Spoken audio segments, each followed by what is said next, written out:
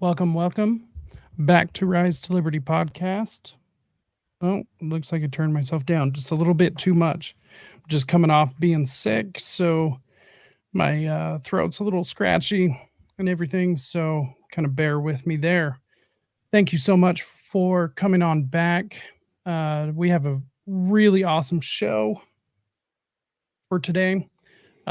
Before we get into it, I do just want to jump in and thank the sponsor, Nadu Shave Company.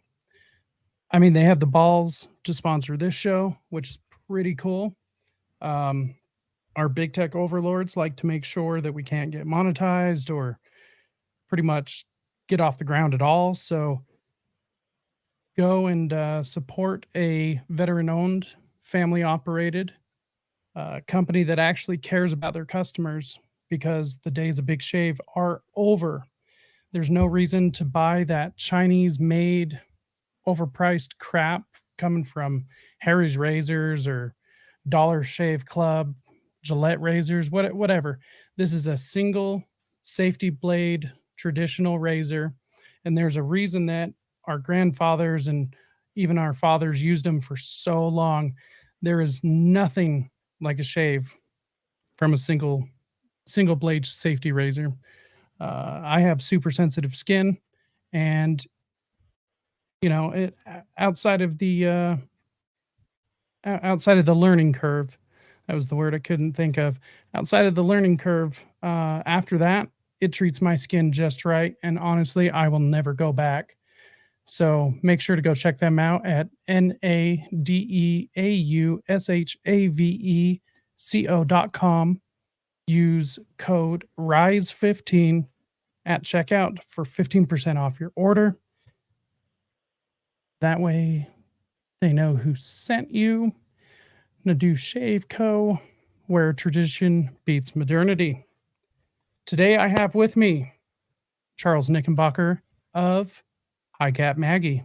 How you doing today, Charles? Hey, good. How are you? Oh, not too bad. Like I said, just getting off being sick, so still feeling kind of rough right in this area, but otherwise I feel tons better. Tons better. Well, glad to hear you're feeling better.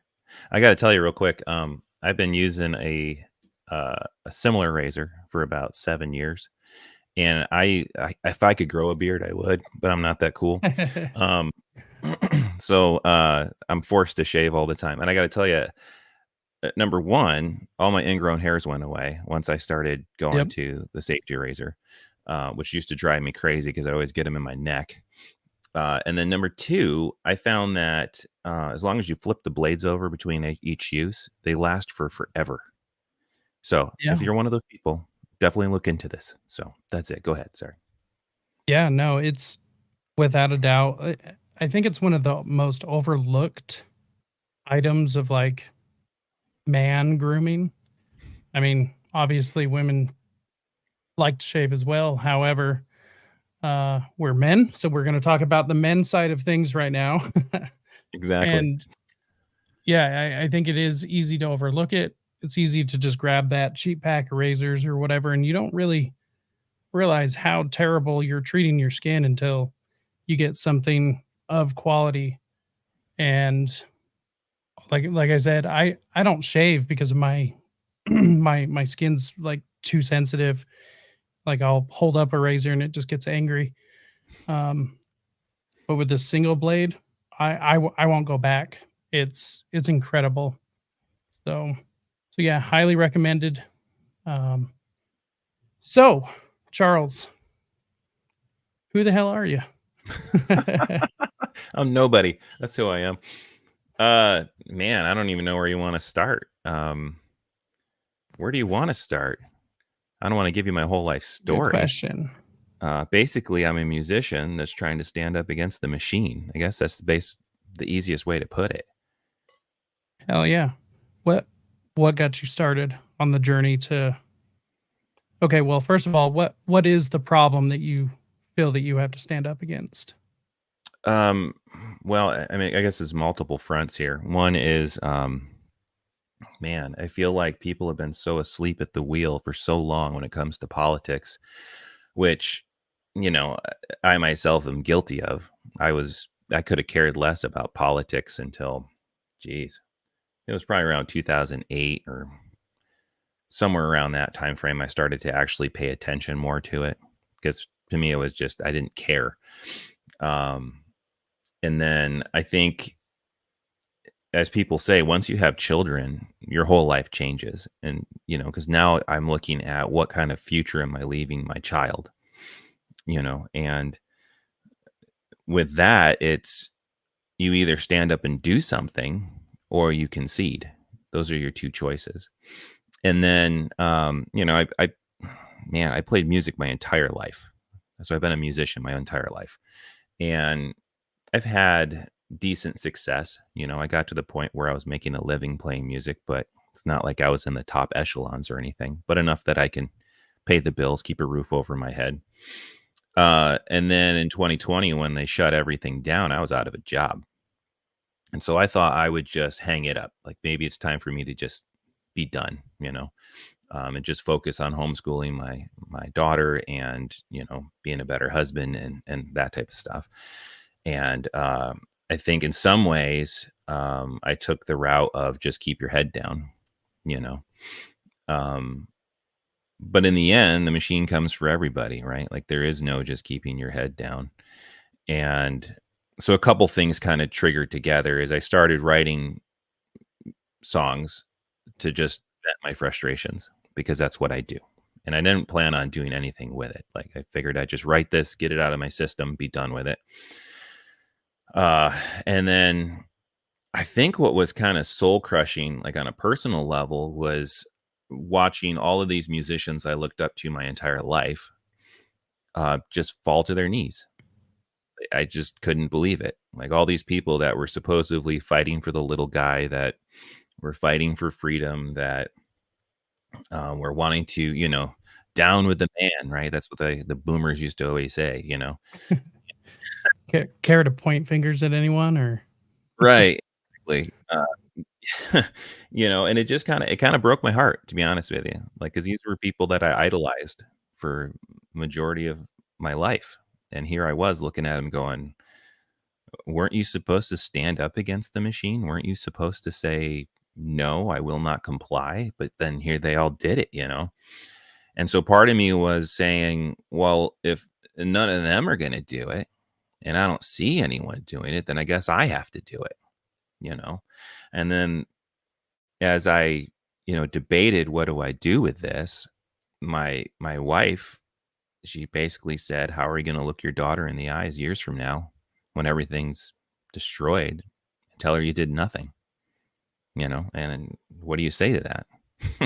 Like, we're all given different talents and different tools. And so I said, okay, well then I guess I need to use what I can do and try to do something. I mean, and I don't know. I don't know if writing music will change the culture, and if we change the culture, it will change politics. I don't know for certain, right? But I will say that music has a way of doing that. Music has a way of communicating with people in a way that can't be done otherwise. And another one of my friends said the same kind of thing, right? You got to do this. You have to do something with this. And even if it only affects a handful of people, one person, and it changes things, then you need to do it. So, I decided, well, I guess I'll, weather the storm and I'll stand up and do it. So here I am. so it was really musicians kind of exposing their true colors and really kind of just seeing the injustices while you were stuck at home. Yeah. Yeah. Well, I mean, just watching all of it, I think that's one of the things that, uh, I think that's one of the other problems with public schooling, right? Like they want to teach you to have a program response to authority. They want you to regurgitate whatever the information is. And in some sense, I think it mutes or uh, desensitizes, in a way, people trusting their own senses, right? Trusting their own eyes, trusting their own ears. And it was very clear to me, just looking around, that it wasn't going to be, 2 weeks to slow the spread. Like, I think that was the first thing I posted, Yep. that the Same. hail of uh try not to curse, the hail of the poop storm online came down. That was the first thing I posted that I got attacked for, was, You're good if to swear, by the way. So oh, okay. Well, the proverbial shitstorm, that was the first one, was saying that it's not going to be 2 weeks, and yeah. I said minimum it's going to be at least a year, maybe two, because once they have this, they're not going to give it up easily, and everybody, man, was just mad, and then it just kind of snowballed from there. Like, me watching, I guess it was very disheartening in a lot of ways, because I thought, as Americans, there's something about us that is rebellious. And I thought that the percentages of people that would not comply, that would stand up against it, would be a lot higher. So I think I was very disheartened in some senses that, it just, I guess it falls in line with the Milgram experiments, right? Like, you get that 75% that just comply. Um, so I think it was just, I just couldn't believe it. And oddly enough, we moved to Colorado the day they put in all the mandates. Like, Oh. we came in the day they put in all the mandates. Oh, and Like, Colorado is going so purple. oh, it's nuts. It's not what it was, because I grew up in Wyoming, and we spent a ton Okay. of time in Colorado. And man, 30, 40 years ago, well, I guess 30 years ago was more when I was down there. It was just a completely different place. It was awesome. It was absolutely awesome. I loved going to Denver, going to shows. But now it was kind of nuts. I mean, we had people, because I refused to mask my daughter or make her do any of these things, right? Good for And you. we were at this giant park. I mean, we're talking, it has, like, I don't know, like 10 soccer fields, probably, like 8 baseball diamonds. It's got just tons and tons of room. Like, there's just massive amounts of room. And the amount of people that yelled at my daughter, said, well, my kids can't play with you or can't be around you, um, would kind of try to force us off playgrounds and stuff because I wouldn't mask her. I was like, this is ridiculous. Like, these are kids, you know, like, The like these kids are going to grow up and they're going to have scars, mental scars from this for their whole life, you're their whole like life. mask shaming children. Yeah, it Like, made no sense to me. it's one thing to do it to the adults, I get that, but, that makes me sick because I don't know, I wouldn't be able to do that. Yeah, Like, well, how dare you? How dare you, little kid? right? Like, who does that? Like, one guy actually stopped. He was walking his little what the heck was it? It was a little tiny dog. It's probably like a 10-pound dog, right? And mind you, this sidewalk in that park was probably, it's one of those massive ones, for those big parks. So it's probably at least 10 feet wide. Yeah, maybe not. Yeah, probably about 10 feet wide, right? It's got a lot of room. Well, they had all these boulders because it's kind of on the side of this hill, right? That are stacked up. So my daughter's just kind of jumping boulder to boulder, and I'm kind of holding her hand and making sure she's doing okay because she's like 3 at the time, right? And we're just playing, and I noticed he stopped, like, down the way, right? And I'm just like, what's he stopping for? We're playing and stuff. And then he got all mad. I'm like, you can come through, right? Remember, they said the arbitrary 6 feet thing. Like, you can come Yeah. through if you want. I'm like, this is like a 10-foot wide sidewalk, and we're up against the edge, you know? And he got all mad and all huffy. And mind you, at that time, there was no snow. There's plenty of grass. Like, he could just walk around the grass. You know what I mean? If it's a problem for you, like you got like a quarter mile all around you. Like, just walk. So he threw this huge hissy fit because we were there. So I had to take her, you know, walk down the path, go up on the grass before he would start walking again. And it's like you have these petty people that got power. Like they Yep. finally had the power to just Powerless treat people. everybody like crap. Mm-hmm. So Yeah, anyway, saw that a lot over here in Utah as well. It was amazing how quickly the neighborhood. I'm not going to say Karens because I really don't like that term, but the uh, the neighborhood tattletales, the ones that would always think about it if we were all children again, and I don't know, you were doing something not even halfway bad, and the person that would point at you and yell, "So and so is doing this," it was always those people. It was always them. uh, Every time. And it happened quick. It was about towards the end of that first 2-week run, and then you started seeing people start popping up, start demanding, "Oh, what? You're trying to kill grandma?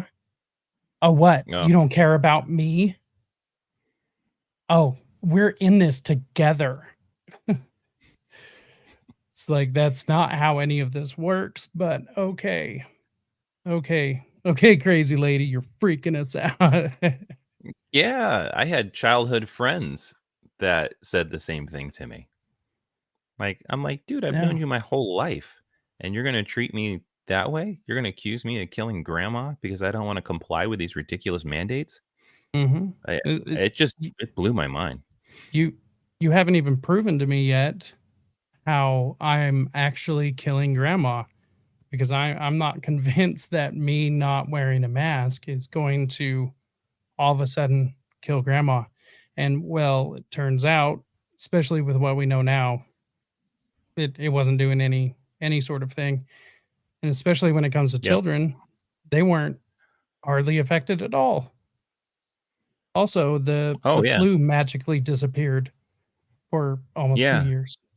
Well, I think it's actually the opposite, like, we don't know the long-term ramifications of what that did to children, Yeah, right? They have developing bodies, developing brains, and, um, man, I remember the lady that did she had that oxygen meter that she put under the mask. Did you ever see this?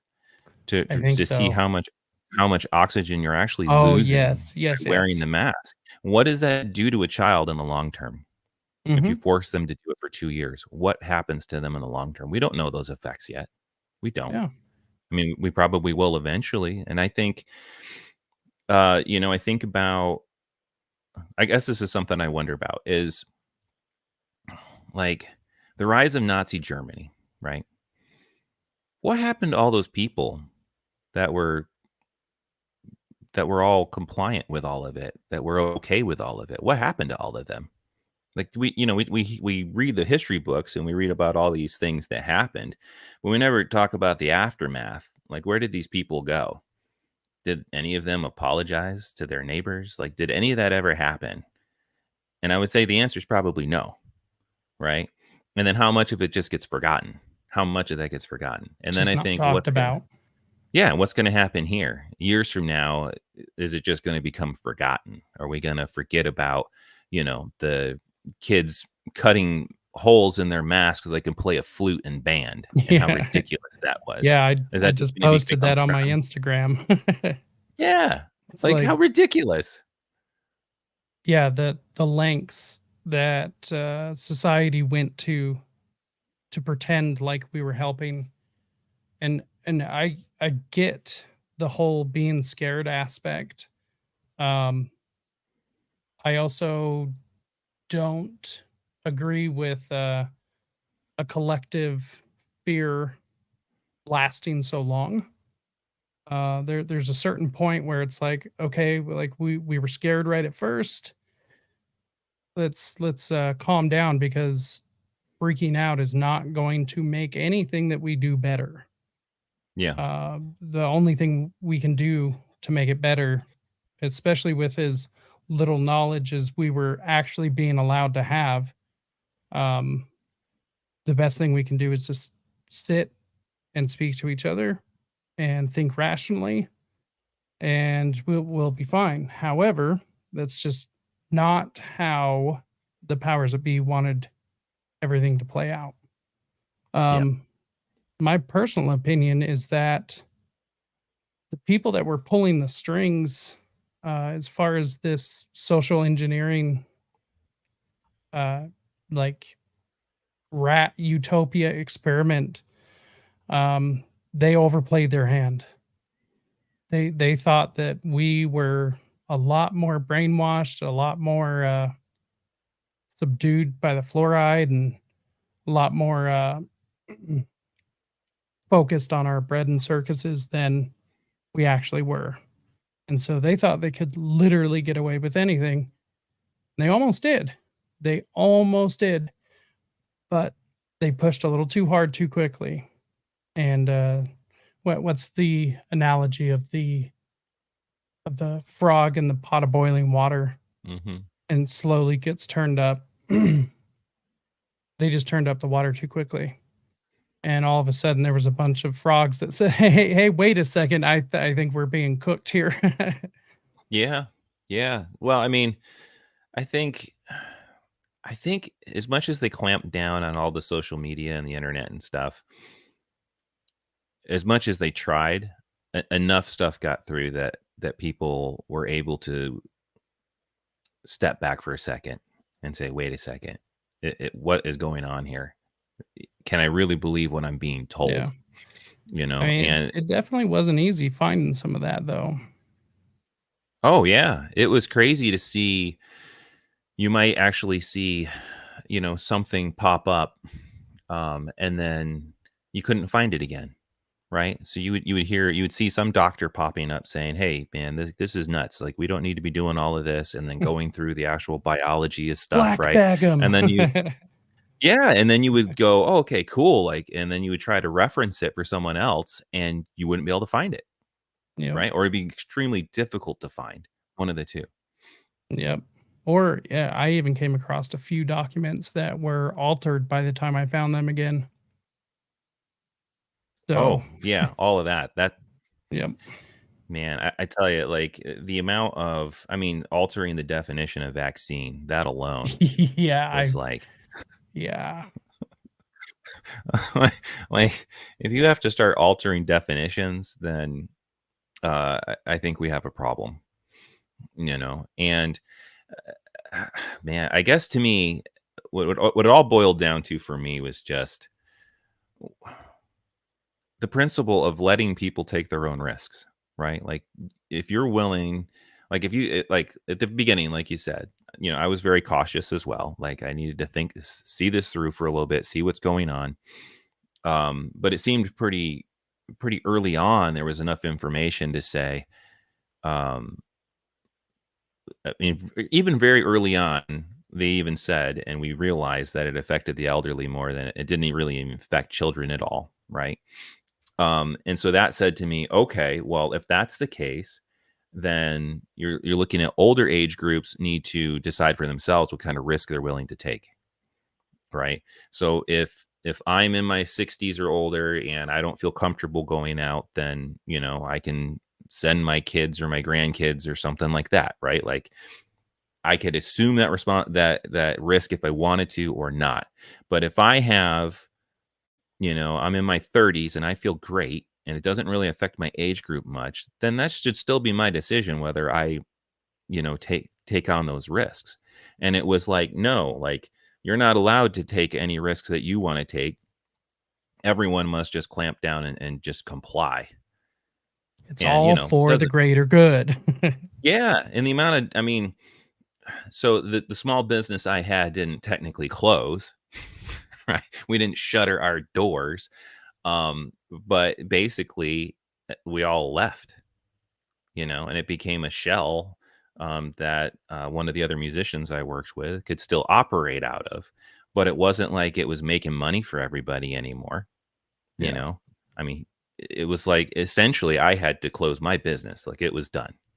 Like it's just over. you know, and especially musicians, not many of us make a ton of money. Like the way the music Yeah. industry is set up, it is so incredibly difficult to make money, and it's very lopsided. So if you're not in those top tier musicians, like you're not making a ton of money. You're making enough to get by, and I mean, once they canceled all the shows, like how do you make money?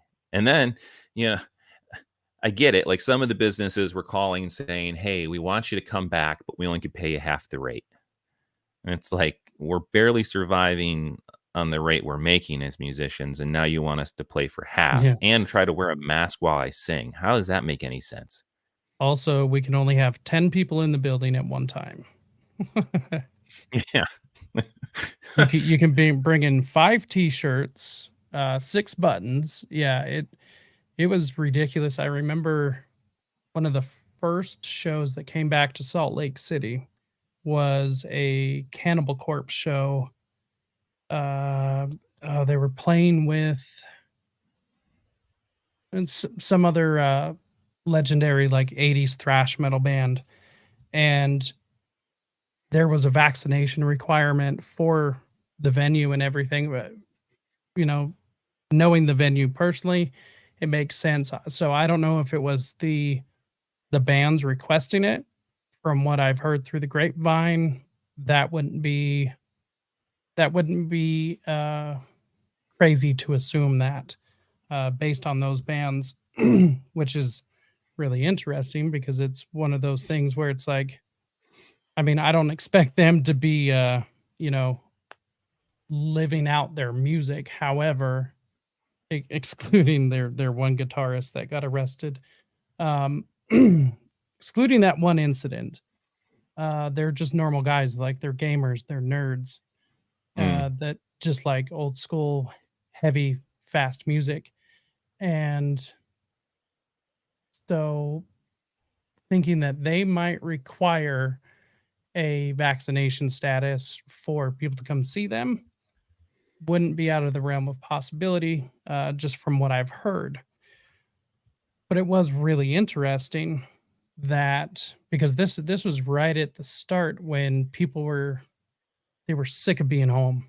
They didn't want to be home. This is after St. Floyd and all of that nonsense happened. Um, After the BLM riots and everything, so it was like right before it was supposed to get cold that year, and everyone was just sick of being home. And I think that's where a lot of people got to. I'm sick of being home. I'll just take it. I'll take it so I can get out and do something. Um, our governor here, like many governors across the United States, made the promise if you take it, then you can go back out into society. And that was a very dubious trick, in my Yeah. opinion. Very, very snake in the grass tactic. Um, if you just take it, we'll give you a free donut. We'll give you some free French fries. Um, just ridiculous. But it was really interesting seeing, Cannibal Corpse, a band that I had grown up with pretty much my entire life, and also having like this image in my head of the type of people they would be, Hmm. and they were not. As soon as the military jackboot came stomping into the room, they bent over and asked for another one. And I thought it was very, very interesting.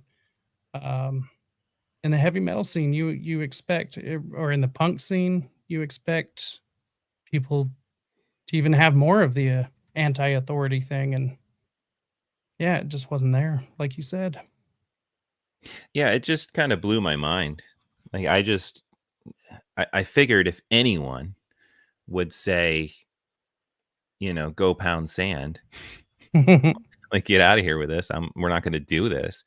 It would be all those those rock musicians, right? Right, like you said, metal, punk. You'd figure they would all just be like, I mean, think of Lemmy. Lemmy would have told him to F off.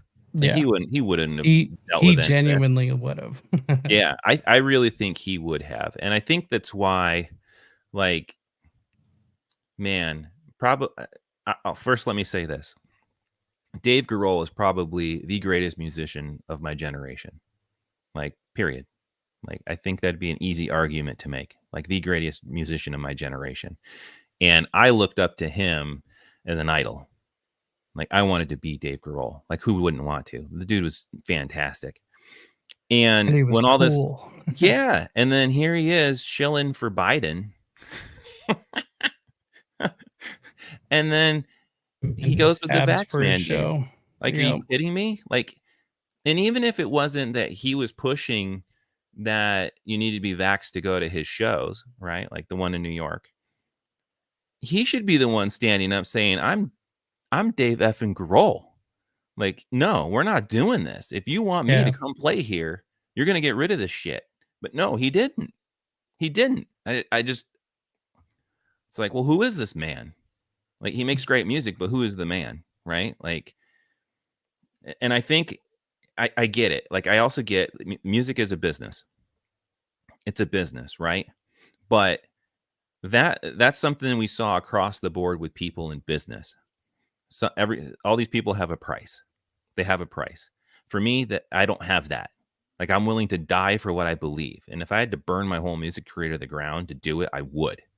And I guess I expected that of others, but Based. it just wasn't there. Yeah, I mean, people, I don't understand that. Maybe it's the way I was raised, because that's the way my father is. Like, he has his morals, he has his principles, and he's willing to die for them. Period. That's it. And that's where I stand with all of it. So I guess it was naive of me to think that the other musicians I looked up to were the same way.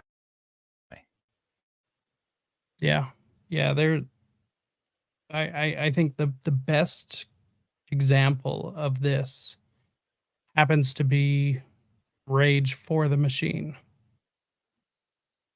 Them just the idea of Zach De La Rocha screaming into a massive crowd, "Fuck you, I won't do what you tell me," while they're screaming it back at him, doing what he's telling them to do. Like, and then, like, obviously, they're a screw the system band, yet they're propped up by the system, sponsored by Capital One. Thank you for getting Mhm. your vaccination to attend this show. Like, what sort of bizarre world did anyone walk into that type of a situation and not even think for a second there's something that seems off? Like, I don't get that. I mean, first of all, I can't stand commies. So I was of course I like the music, but I don't Yeah. like them. Tom Morello's incredibly talented, but Yeah. he's just an incredibly talented guitarist who's just pretty much dumb everywhere else. Um, Also, I mean, commies, they're not people, they're government property. So Mm. I'm only halfway kidding.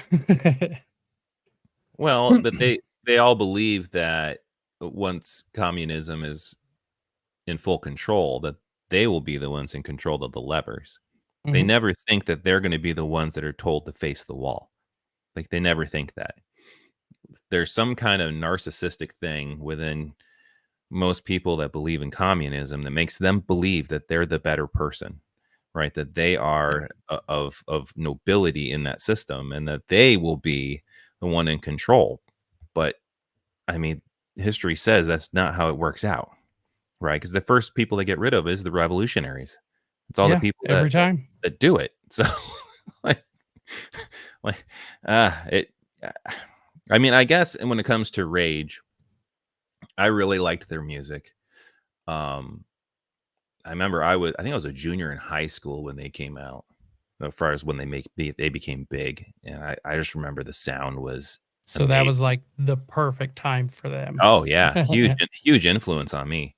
Um, and I really digged the music. I digged a lot of the message, but I guess, the fault's on me for not understanding what the true message was, I guess the true message was they wanted to tear down the system to install communism, right? And I guess I should have picked up on that. But, They hate monopolies, so they're gonna create a government monopoly out of yeah. everything. Yeah. But I guess when you're 16, 17, right, it's hard to see the whole Yeah. picture. So, I guess part of the fault of that is on me for not being wise enough to see what they were really trying to say. But I mean, Neil Young was another big one. I really liked Neil Young. Um, and then watching him with the whole Spotify thing, like,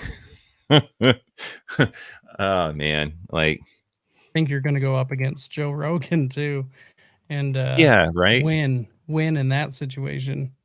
Well, and I know that I think it's like 50% of his catalog is owned by some investment firm or something like Mhm. that. I can't remember the actual details, but so I don't know if it's really Neil saying, "Hey, I need to do this because I believe this," or if it's the investors telling him to do it.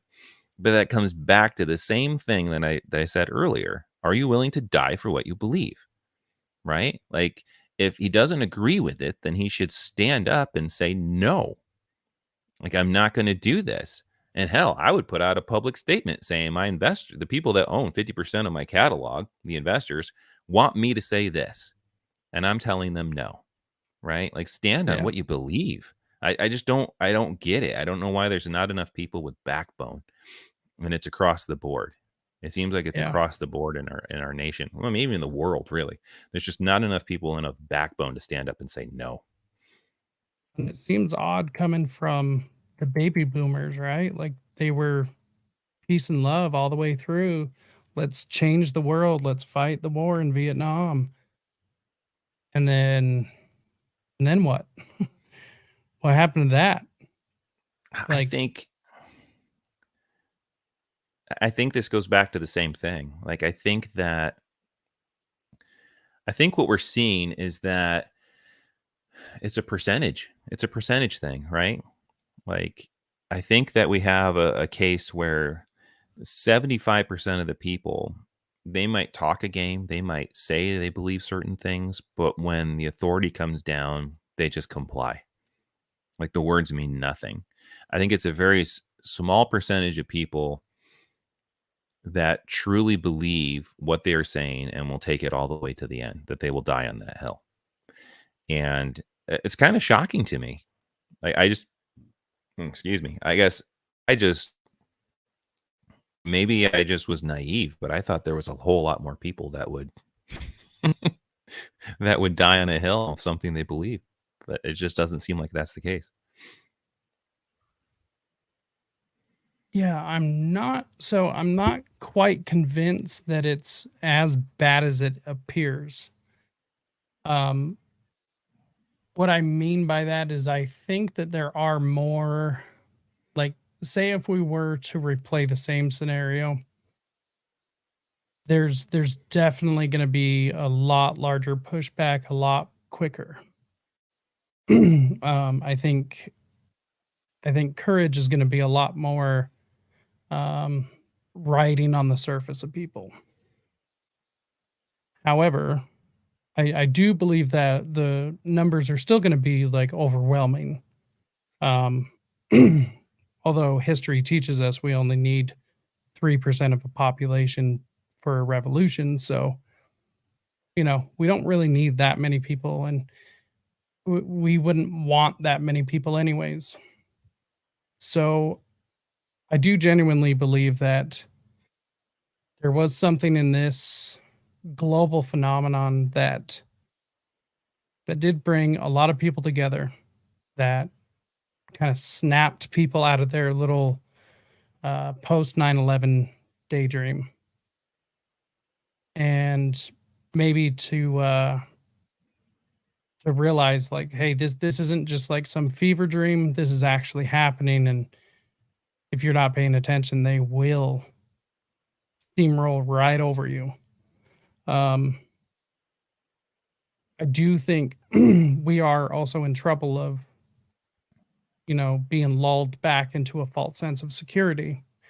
Well, and not if sleepy, creepy Uncle Joe keeps, well, not running the country while other people destroy the country for him.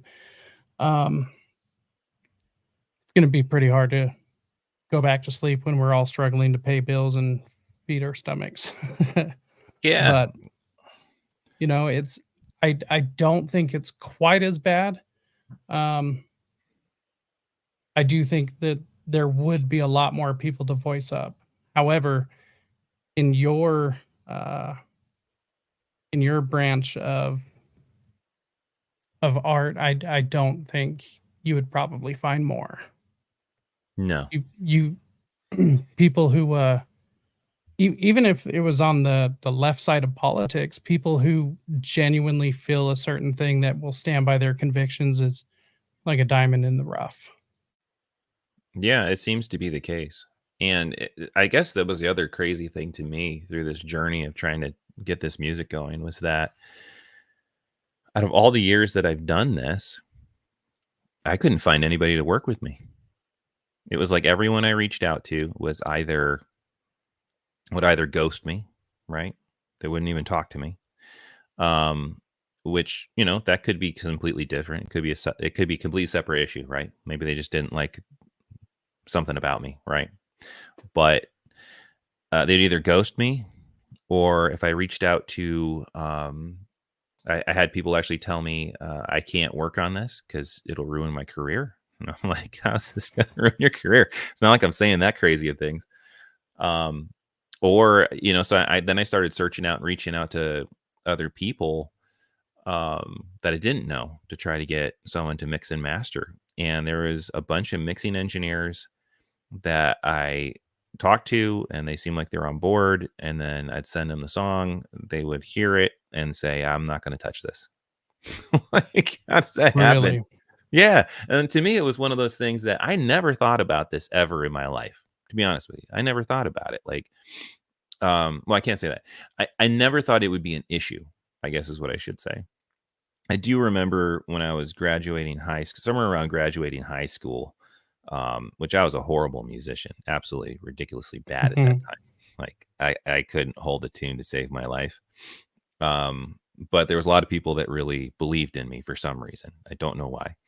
And one of my friends asked me, she said, "Why don't you write political songs?" And I said, "I'll never write political songs." I was like, "I don't want to write political songs. They just What am divide I people." supposed to be, Bob Dylan? Yeah, I was like, "I don't want to do that," because all I ever saw politics do is divide people. And this is coming from someone that, even at that time, I was probably considered in the middle, moderate, right? And even as well today, I am, but with the Overton window has moved so far, I'm probably considered far right.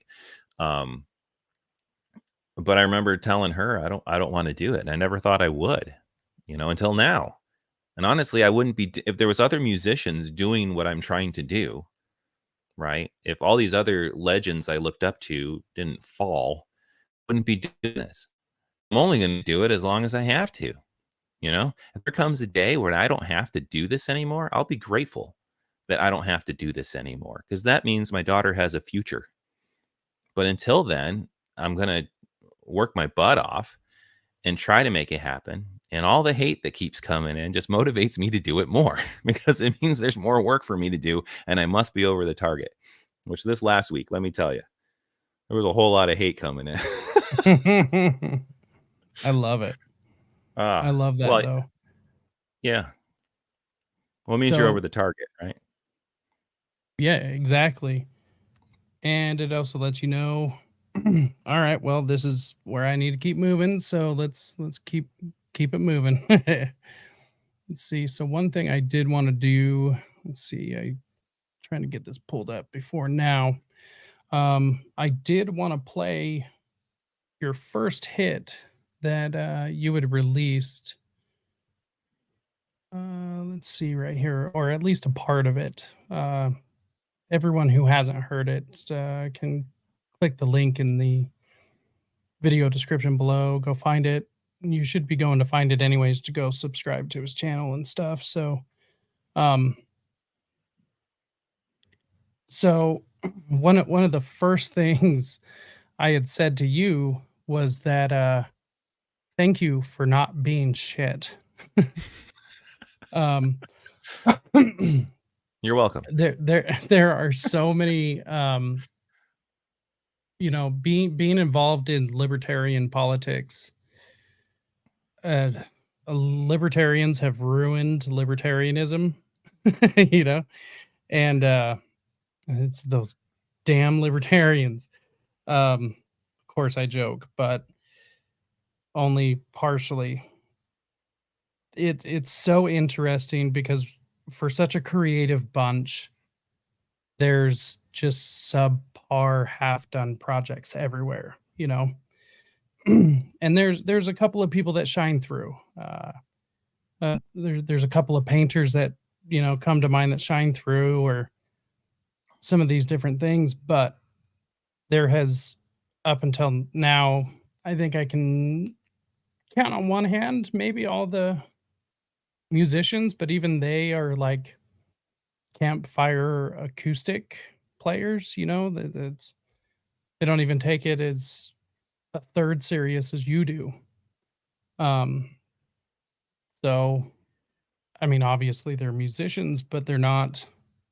It's not their thing. That's not what they're out there contributing.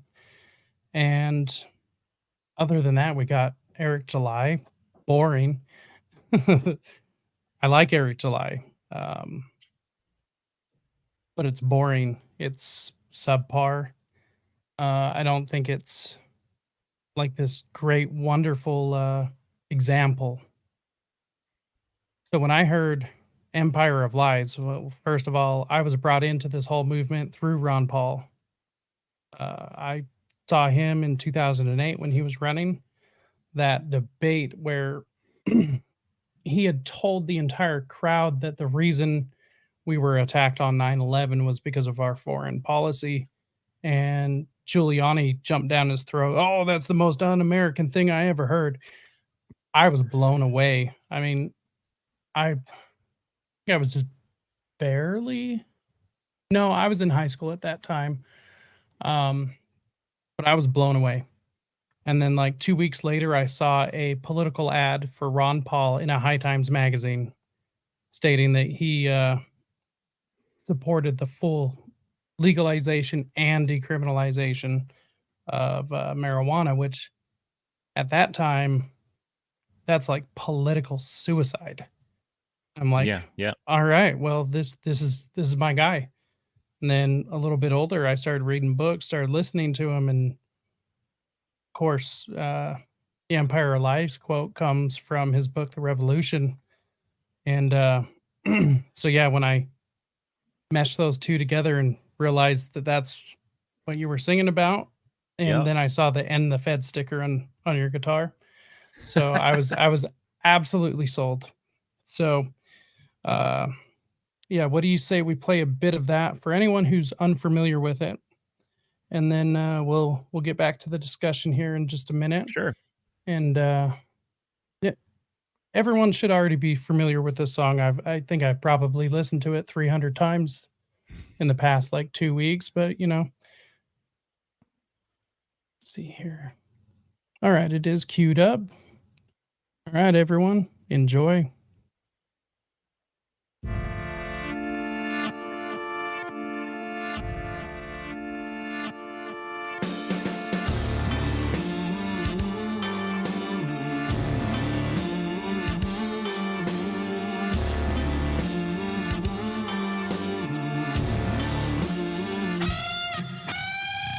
Every day I hear the same mouthpieces telling me to swallow the lies.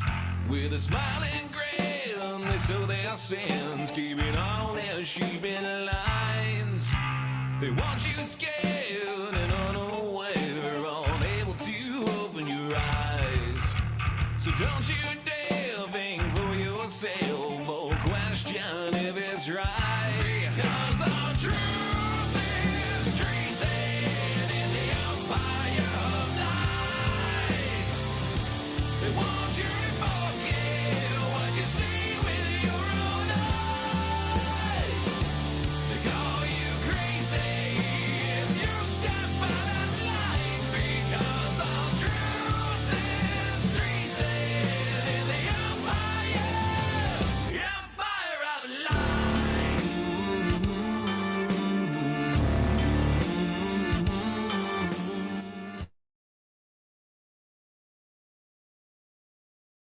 Oh yeah, I absolutely love that. I said just seriously, I was blown away because I always love finding new music. It's definitely one of my favorite things. And I'll be honest, when I first found, I think it was Instagram Reels was where I found it, where I found you. Um, I was like, oh, these guys have got to be huge. Like they've got to have like tens of thousands, 100,000 followers at least. And then I go and look, and I'm like, what? like, did this just barely come out, or like what's going on with this? Because this is too good to just not be recognized. So it just blew my mind, and I can genuinely say that all I can see is great in your guys' future, especially because you are one of the few people who will stand up for what you believe in, and that's incredibly rare. That authenticity is the word I was looking for, and that because it's so rare, I think it does kind of scare people, but it's something that they do crave once they see it. Well, I appreciate that, man. That was a long road to get to that video getting done at all. I mean, whew. Well, I guess I should back up first. That story arc with Ron Paul is basically the same for me. Like I said, I didn't really pay attention that much to politics because a lot of it was just outside my wheelhouse. And it was actually my friend Jeremy Morris. He played in a band called Through You. So if you really like Trivium, they used to tour with Trivium. Okay. But Jeremy Morris, he's from somewhere in Wyoming as well, but I met him in Florida, which was the funniest thing. But anyway, he was the one that introduced me to Ron Paul. And in Orlando, Florida, there's a venue called The Haven. And there was a giant banner by the stage that was Ron Paul. And that's Hell the first yeah. time I ever saw Ron Paul's name. And so he started talking to me about Ron Paul and then put me in a Facebook group with a bunch of people that talked about all sorts of stuff. But one of those things was Ron Paul. And that same debate you're talking about, I remember it hit me like a ton of bricks. Like, holy crap. Like, I've been looking at things wrong for a very, very long time. And I knew I had to reevaluate what I thought of politics and what I thought of the world. And then you watch him, you know, I forget how many times you see the memes of him where it says, you know, if I told you so was a person, and it's a picture of Ron Paul. And it's so true. Like he understands these things very, very well in a fundamental way. And I remember as all of this stuff was going down here the last few years, man, I saw that quote pop up again. And I was like, this is a song. Like this right here is a song. And I remember sitting down, and it took all of like 15 minutes. And the song was just there. You know, from that point forward was a lot of like, well, how do I get this done by myself with no support, no musicians, no one to mix and master? Like, how do I do all of that? How long did it take to be able to find your bass player? Oh, well, okay. So, well, let me back up a little bit. So I wrote the song in 2021 and started working on it and trying to get these recordings and stuff done in 2022. And it took all the way to almost the end of 2023 to a full year. Yeah, it took a full year for me to be able to find someone to mix and master it, which Sean Shannon is the guy that mixed and mastered it. He's an awesome guy, does great work. Highly recommend him. It's crazy to me, just real quick. You're behind a desk, essentially. I mean, you're not a businessman out there, you know, shaking babies and kissing hands. You're not, you know, you're not a tour manager. Like, obviously you have to have some reputation, but I don't understand, like, oh, I can't touch this. That it's weird, right? Yeah, I don't get that. Yeah, I think it's just the political divide is so massive right now, right? And people are so Mm, polarized that they're just on some, not all, but some of them yeah, are so unwilling to touch it, you know? And mind you, it's not like I just sent this out to like thousands of people just randomly. I was looking up people that I thought would do a good job with what I was trying to do, that would be in a price range I can afford because I'm doing this all on my own, right? yeah. Um, so it took forever to get all those things done. And I'm not a drummer, so I got to figure out drum parts on my own. Like trying to do all of this by myself. So finding Abel on bass there, that was kind of, I don't know if we call it like, Providence or whatever, but I just happened to be, scrolling through like a local musicians thing here in Central Texas, and he had relocated from California. So I can't talk much on his stuff because that's his business, but he Yeah, fled California, and there's reasons for it, right? good for him. And he's phenomenal. Like he's at a level of like a worldwide touring musician level of a bassist. Like there's no reason he's not playing with someone like Bruno Mars all over the world. Like he's that good. And I contacted him actually just to hire him to just be in the music video because I didn't want to just shoot a music video of just me. Right? I wanted to look like a band. And For so like 3 of you. yeah, exactly. I thought about that option at one point, and then we got to talking, and it's so weird, because my conversations with all the musicians always have to start with, "This is very political. It's very divisive. So if you don't want to be a part of it, no skin off my teeth. Like whatever, you can Yeah. bow out and say no. It's no big deal. I'll keep Let's just looking." get it out of the way now. Yeah, and he was like, "No," like, he's like, "I feel the same way. I fled California for a reason. Like, it's ridiculous." Like, and he has children too. He's like, "Someone's gotta stand up to this." And so he's been all in since the moment I talked to him on the phone, and it's been awesome, and then Nick, the drummer in that video, really good guy. Um, he feels very much the same way. I guess I would classify myself more like a libertarian. Uh He's more of a anarchy side of things, just no government at all, Yep, that's me. Yeah, and I don't blame him. Like to this day, I am thinking over the different positions, and I change my positions based on the information I get, right? So Yeah. talk to me today, and I feel a certain way about things. Talk to me in a few days, I might read some more and change my mind. So we got along great, but his family had an opportunity, and so he took it and moved.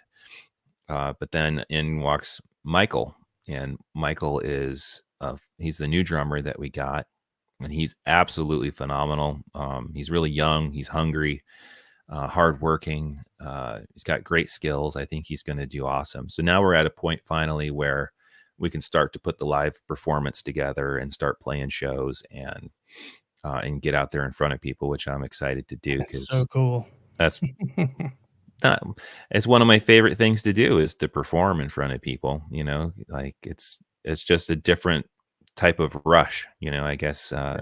we all have different things we do. Whether it's drag car racers want to, they want to race that car to get that rush. Well, for musicians, it's to perform in front of people and exchange that energy with a crowd. Like there's just nothing like it. Sorry, I kind of went off Especially topic there. no, you're good.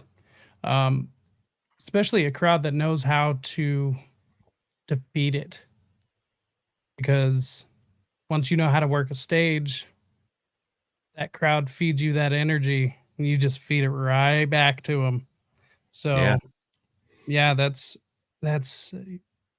I don't know, I'm so stoked for you guys, like, that's just awesome, and honestly, I I can't imagine how difficult it was, especially, minus all the COVID stuff, just finding 2 other people who were, on your level, think even halfway similar, and, can agree on some level and wanna just jam.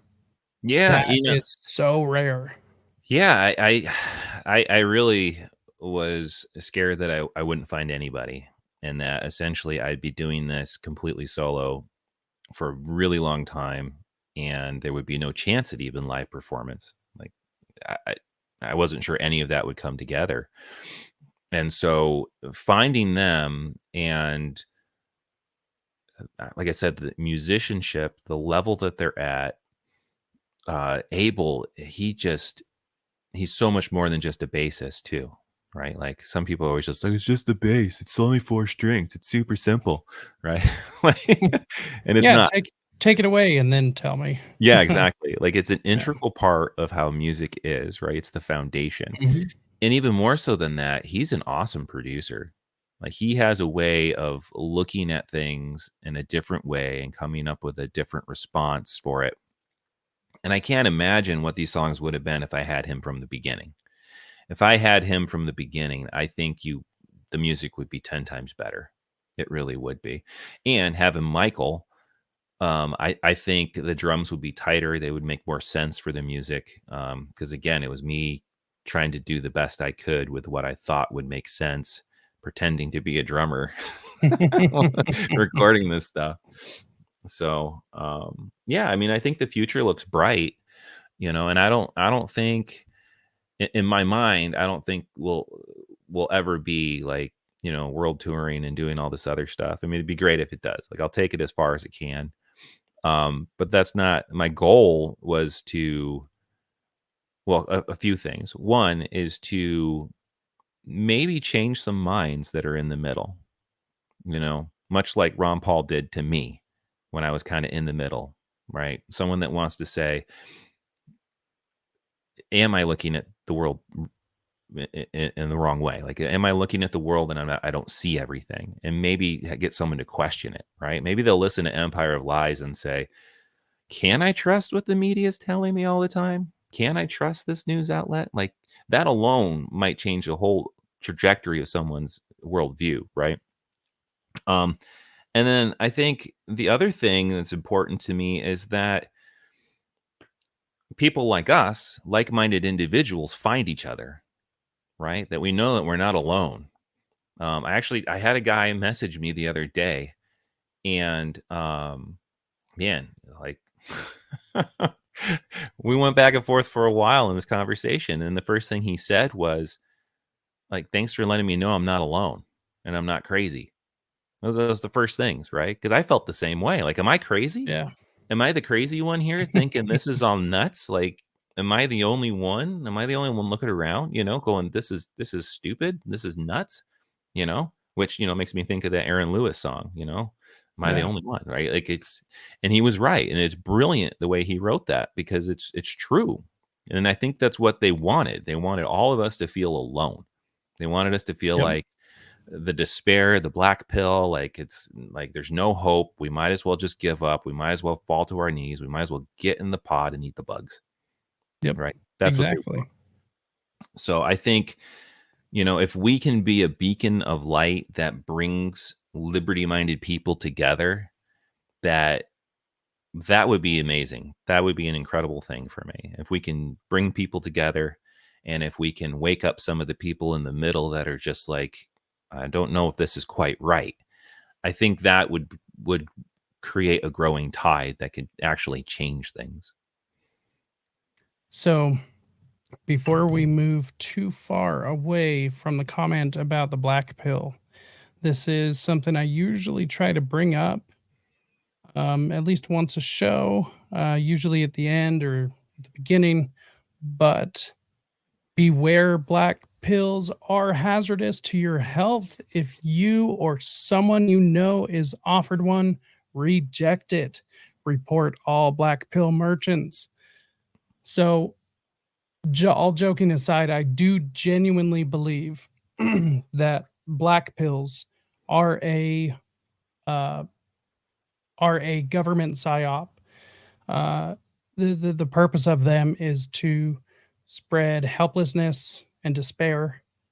And if it allows it, if these things are allowed to take root, then that squashes any sort of rebellion before it even began. Yeah, I think Because yeah. what's the point? There's no point in even trying. Yeah, I think you're 100% correct. Um, So yeah, I usually try to put that propaganda poster out yeah. there, but Well, in a joking, serious manner.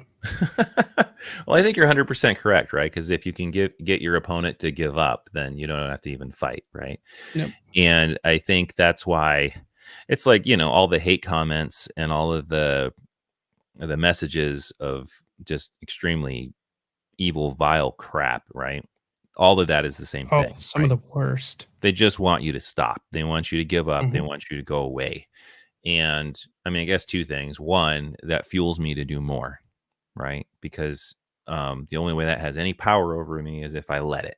So I'm just not going to let it. Like, I'm going to delete your crap, right? I'm going to laugh Yeah. at you, and I'm going to work harder.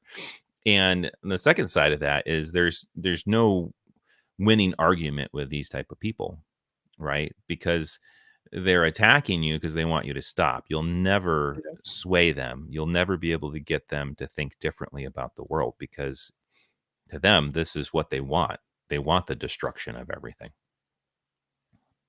Yeah, it's, so I've now spent several years, um, arguing on Twitter, and that's it's either a very stupid thing or a very smart thing, um, sometimes both.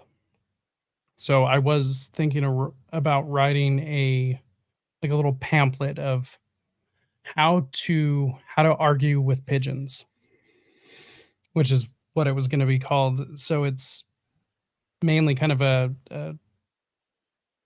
tongue-in-cheek joke, but idiots will usually drag you down to their level and beat you with experiences, as the old adage is. Hmm. Um, but somebody explained it to me one day that arguing with some of these people is completely pointless because it's like playing chess with a pigeon. Even if they lose, they'll strut around the board like they won anyways, take a crap on it, and fly off. Yep. So it's like there's no point in it, except there is some point, which is why I still do it. That's why I do the show and all these other things. Um, it's not for the person I'm arguing with; it's for whoever sees it. Mm. Yeah, there's argument for that. I would Yeah. agree with you. Yeah. Also, having a healthy boundary of knowing when to walk away. Yeah. some Yeah. some people don't have that, but as long as you got those two things, you can actually have very productive um, examples of uh, pointing out stupid people to other people. Um, yeah, it can happen, and these people do need to be put in their place anytime they can. So, one thing I like about what you do, though, is that your music is going to be more of a broad appeal. Um, I think you have a lot higher chance of getting a hold of the youth, Mm. and that is massively important. If we can't, if if any movement doing anything at all can't get a hold of the youth, can't get a hold of their attention, then it doesn't matter. They won't go anywhere. They won't do anything. Mm. And Ron Paul even speaks about this quite a bit. That's why he would go to colleges, because he needs the youth. Um, kind of difficult to go up to 60-year-old man and try and change his opinion on Social Security, you know? True. Yeah. Yeah. I mean, I hope so. I mean, I don't know, far as how many kids will actually listen to us, but it might be a start, right? And Yeah, even if it's not us, maybe we will inspire someone that's 15 and starting to learn guitar, yeah, and says, "Hey, like, this guy actually does believe what he's saying, and he actually exactly. doesn't like the authoritarians, and he really believes it. Maybe I want to do that." Yeah, I mean, that would be awesome. Like, even if we go really nowhere, but if I can inspire a kid to do that, Go And pick actually, up his first guitar from a pawn shop or whatever on a crappy little amp. yeah, like that would be Dude, that's a amazing. win.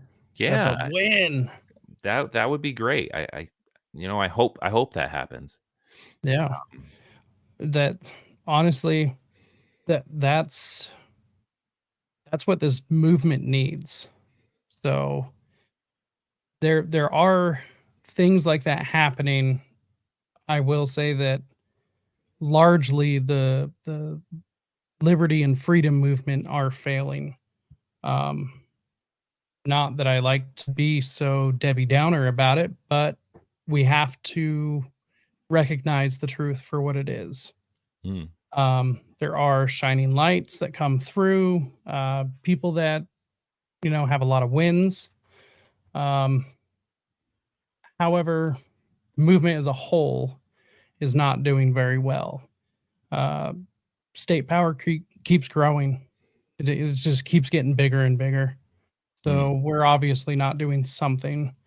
Um, but there are a lot of things shining through. And the one thing I do know is that it's usually when it seems about the worst, um, is when brush fires start. It's the way that it was put to me. So there is going to be a hunger because the powers that be have taken over all the institutions and they have a certain way of thinking. And if you were not on this one track of thinking, you're not part of them, so you were therefore the enemy. Also, that side has so many rules and like it's just not it's anti-human in my opinion. It yeah. goes against a lot of our nature. And then especially when you bring the kids into it, that brings it to a whole other level. Um, Seeing these sorts of things is what brought me back to Christ because of, seeing those things. I saw the people rejecting Christ and I said, that's not me. That's not what I want to be involved with. So I think I'm going to head the other direction and check that out again. So one thing I really appreciated though was because the music was good, and I know I keep saying that, Well, but thank you. it's so much more than because we don't have anything. We just simply don't. Just like you said, we who are the rock stars? Yeah. Like I mean, there are some. Shout out to David Havoc from thrash metal band Havoc. Those guys are great. Uh, Definitely some guys that stand by their convictions. But I mean, they're a small handful. So we've got to lead by example. And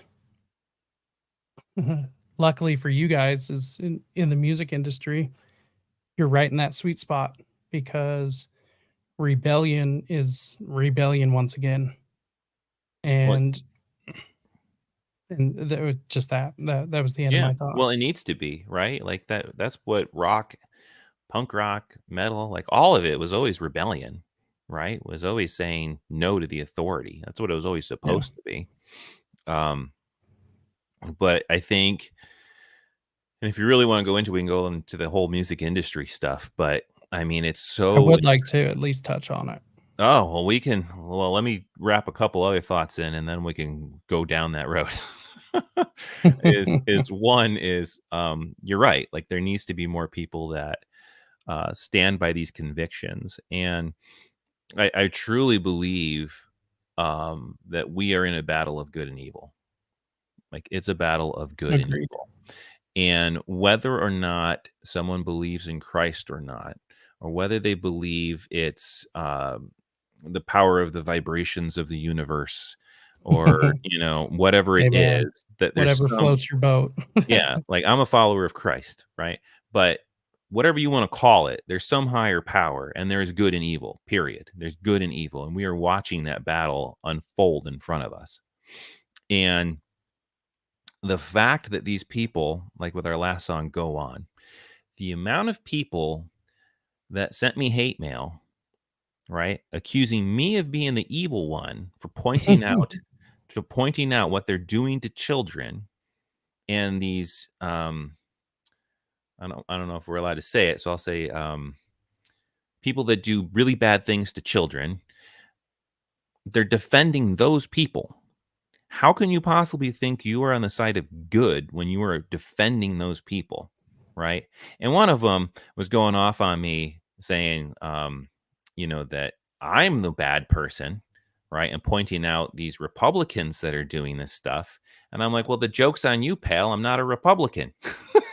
Don't you love that? Like, I don't care what side of the political aisle you're on. If you are hurting children, you are my enemy. Period. Like, I don't know why this is so hard for people to understand. And I guess that's another shocking thing to me. Yeah. The shocking thing to me is the amount of people that are defending them. Like, how do you possibly take that stance of defending these people? It makes no sense to me, and the only thing that makes sense to me is because these people really want evil. They want evil. So, man, I think that's all I need to wrap in on that side of it. Sorry. But it shocked me. It honestly shocked me because and maybe I'm wrong. Maybe the video for Go On isn't clear enough what I'm trying to say. Maybe I should have written the lyrics a little different or did the video slightly different, so that people would really understand the evil I'm trying to point out. So maybe that's on me, but to me, it's pretty clear watching it what I'm trying to say, that these people are nuts, and we're trying to normalize mental illness as it's supposed to be a normal thing, and that doing these things to children is normal, and it's not. It's not. If anything needs to be protected, it's children.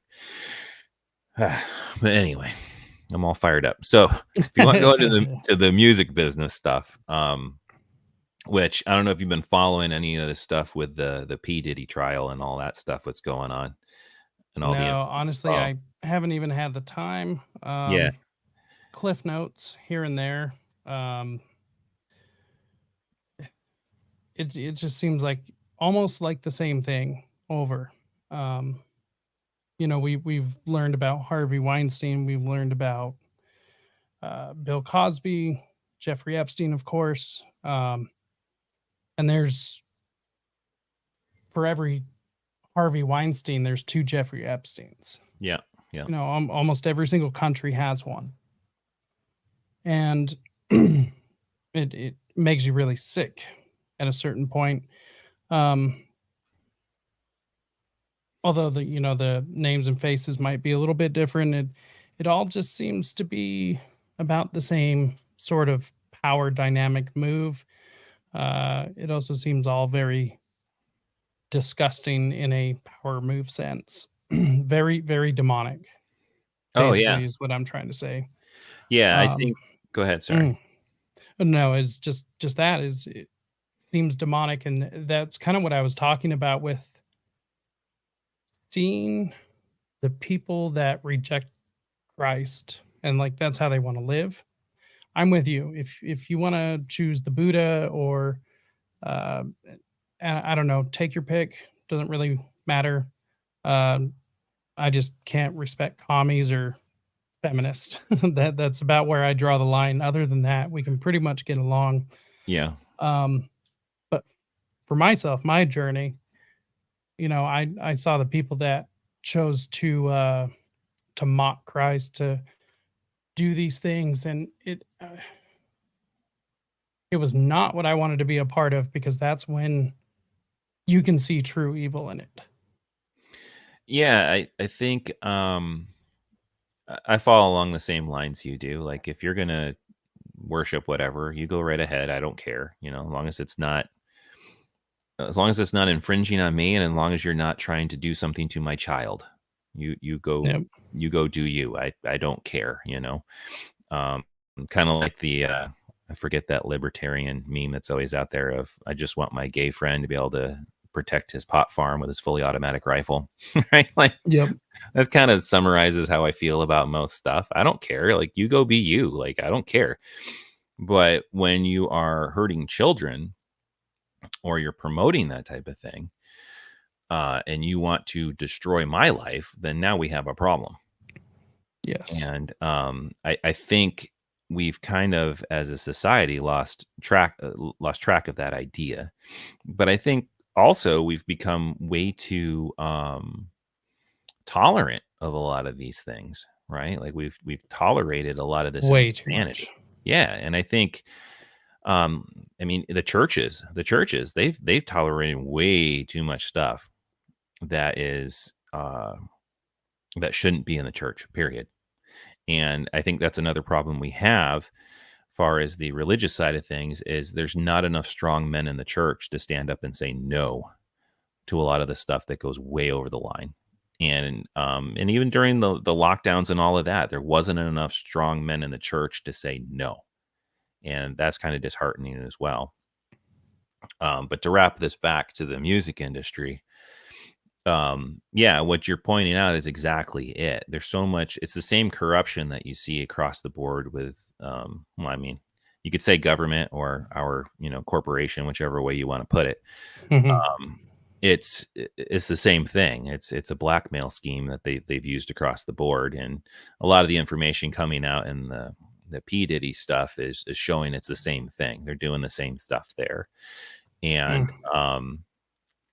I think the music industry has been corrupted for forever, basically. There's a great book. I forget who wrote it. It's called Hitmen, but it kind of talks about how the modern music industry was set up. And it was a guy named Morris Levy, if I remember correctly. He was a mobster guy in New York or something. And he figured out how royalties work, right? With like song, what is it? Geez, I should know. I'm a member of ASCAP, so like ASCAP, BMI, all of that. They go around collecting royalties, and he figured out how that works. So he started tagging his own name. He started signing all these artists to his own label, and then putting himself down as a writer and a publisher, so he could collect royalties on it, right? And then he started paying people to go to the radio stations to spin his records, so that he could collect more royalties. The more it spins, the more royalties. How the mob got involved. Yeah, so that's how it all started, basically, and then they had the whole Playola scandal and all that, and they passed all these laws, but it didn't change anything, right? Yeah. Because they still pay these independent radio promoters to go in and tell the radio stations what to play. So the whole industry is built on, we're going to shotgun down your throat what we want you to listen to, right? We're going to play it in the mall. We're going to play it in your car, on every single radio station, like everywhere you go. We're just going to force you to listen to this song basically till you like it. And then on top of it, they're going to say, okay, we have this band that sounds like whoever. You can pick your fill. We'll just call it Corinthian Leather. We have this band called Corinthian Leather, and they're massive and they're huge. Everybody loves Corinthian Leather. And so they'll say, okay, well, we're going to send out all these A&R scouts to sign every single band that sounds just like them, like regulatory capture, right? We're going to sign all of them, and then we're going to shelve them so there's no competition against that band. And so, and I actually watched a band in Orlando. It happened to them.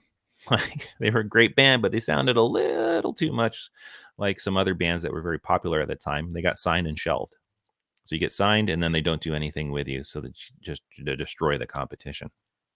So, long story short, the whole industry is basically it's all controlled, like, and it's very, very hard as an independent artist to break into it.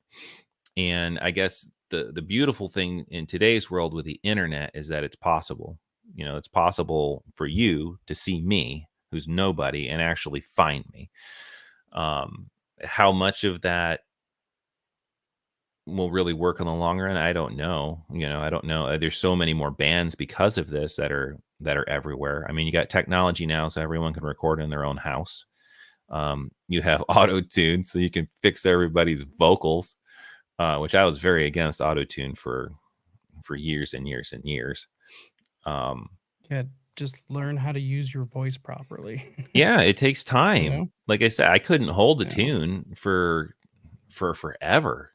I was really bad. I had to work on it and really, really work on it in order to control my voice. Even Ed Sheeran has a video of himself when he was like 16. I don't know if you've seen this video. He has a video of himself when he's like 16 trying to sing, and he leaves it on the internet. He leaves it there on purpose to show people, like, I sucked. I sucked, but I worked my butt off and I got good. And so can you, you know? And Yeah, it's a muscle, you gotta exercise it, and first you gotta know how to move it properly. I mean, yeah, there's a lot to it, but you know, a lot of people just want they don't want to put in the work, and instant satisfaction. yeah, and there was a Yeah. band, I won't name names, but we're talking probably like 2010 time frame, somewhere around there, 2011, something like that, So we're talking back when I don't know, like My Chemical Romance was real big, AFI, like that type of stuff. And Hell yeah. we were playing with this band. We were on a bunch of tickets with them, and they kind of sounded like Seosin. Like the dude had these super high, Hell yeah. like crazy cool vocals, and I was just stoked to be on the bill because I was like, man, these guys are epic. Holy crap! And when they hit the stage, that singer couldn't hit any of the notes. Oh, no. None of them, and I thought on the first ticket, the first bill, I was like, well, maybe he's just having an off day, because that happens. You can strain your voice, Yeah. you could work too hard, and it's just not going to be Change in there. elevation, change in temperature. Yeah, I mean, well, Yeah. just the other day, I had a show. I got through the first set, and I had to call it quits because my voice was just shot. Like sometimes it happens. Mhm. But then by the second show, it was the same thing. Third show, it was the same thing. So I was like, man, It so was this like a is Vince Neil. yeah. Well, it was like, yeah, it was kind of like, well, okay, well, that was when it really dawned on me, like how bad autotune can screw something up, because it made him sound perfect, but he couldn't deliver. Like he just never could, And That sucks. I mean, I do see there is some good to it, far as like, you might have a take where the take, it has the passion and the emotion behind it, and you have one note that's just a little bit off. You fix them. Like I get that, right? Like it saves. Oh, hey Shay. It saves time and it saves some energy and whatnot. But I still think that you should have singers that can actually sing the parts, right? You should have guitarists that can actually play the parts. And we've kind of lost that with technology in a lot of ways, So the Yeah. arguments I've heard is, well, that's fine because should they be that good? Yes. But then you would also have this music, this finished piece that you would never have. Meaning this guy used all this technology to create this song. This song just wouldn't exist because he Okay. Well, wouldn't be able to sing it. He wouldn't be able to perform it. yeah. Right. I mean, quality over quantity. So, Yeah. I yeah. mean, yeah. So, I mean, I get the argument, and I guess it depends on whether you, I think it's a lazy argument. yeah. Yeah, because like I get it too. It's kind of like using AI for art, Like for my uses for doing YouTube thumbnails or something, it's great. It's perfect. Mm. But it will never take the place of traditional oil painting. Oh, yeah. It's just, Yeah. and you can do some amazing AI artwork, throw it up on a canvas, and it does look like an oil painting. Yeah. Something that, you know, hasn't been painted since some of the great masters, but it's not the same. So, like you said, it has its place. Um, One thing I did want to ask you about before we get too far away from it is like the independence thing is how how long can somebody be independent before they turn into the machine? Oh, Now, man. let me give a little context to this so you can kind of see where I'm getting at. The person that comes to mind is Tom McDonald Mm. because he's completely independent, but he is now to the point where he's got like Ben Shapiro rapping on a track with him, you know? Yeah, yeah, That's and I have never heard anything positive about rap music come out of Ben Shapiro's mouth. yeah, yeah. So, I mean, I don't know, but he's up on the billboards just with everyone else, and so now it kinda seems like he did it by himself, but he's there now. He's in the ivory tower. Yeah, I don't know. That whole thing, I guess the way I viewed it, it was the biggest troll ever done. Like, he trolled everybody. I Yeah, mean, if you're gonna do it, bring in Ben Shapiro to rap, which yeah, just exactly. makes the left lose their mind to begin with. So it didn't matter whether it was a good song, bad song. It didn't matter Yeah, whether the lyrics were great. it was Ben Shapiro. Just the fact that he had Ben Shapiro in a music video rapping was enough to trigger the entire left, right? And then Yeah, on top of it, it triggered a whole bunch of people on the right too. And on top of it, he's never had anything good to say about rap. So then he does a rap song, yep, which which makes all these other people upset. So I think, like, if they meant to do it as, like, here's this beautiful piece of artwork, I would say it's a fail. But if they did it to troll everybody and to laugh at everybody, I think it was probably a genius move, is kind of the way I see it. yeah.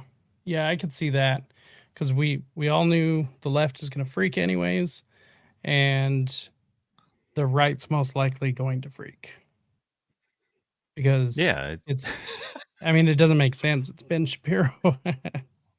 So, yeah. So I mean, as far as like establishment stuff, I don't know. I don't know Tom personally. I don't know. I've seen conflicting information on him, but I don't know. I don't know him well enough to say one way or the other, like how he really thinks or feels about certain things. And I don't know if there is a point where some musicians just, it's like, all right, I'm gonna sell my soul over because I made it to this spot. I mean, I would hope. Oh, hang on one second. I'm sorry. no, you're good.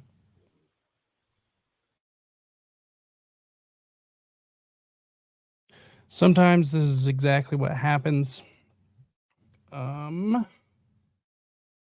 The did have something for this, and I wish I would have known because I would have had it up a lot sooner.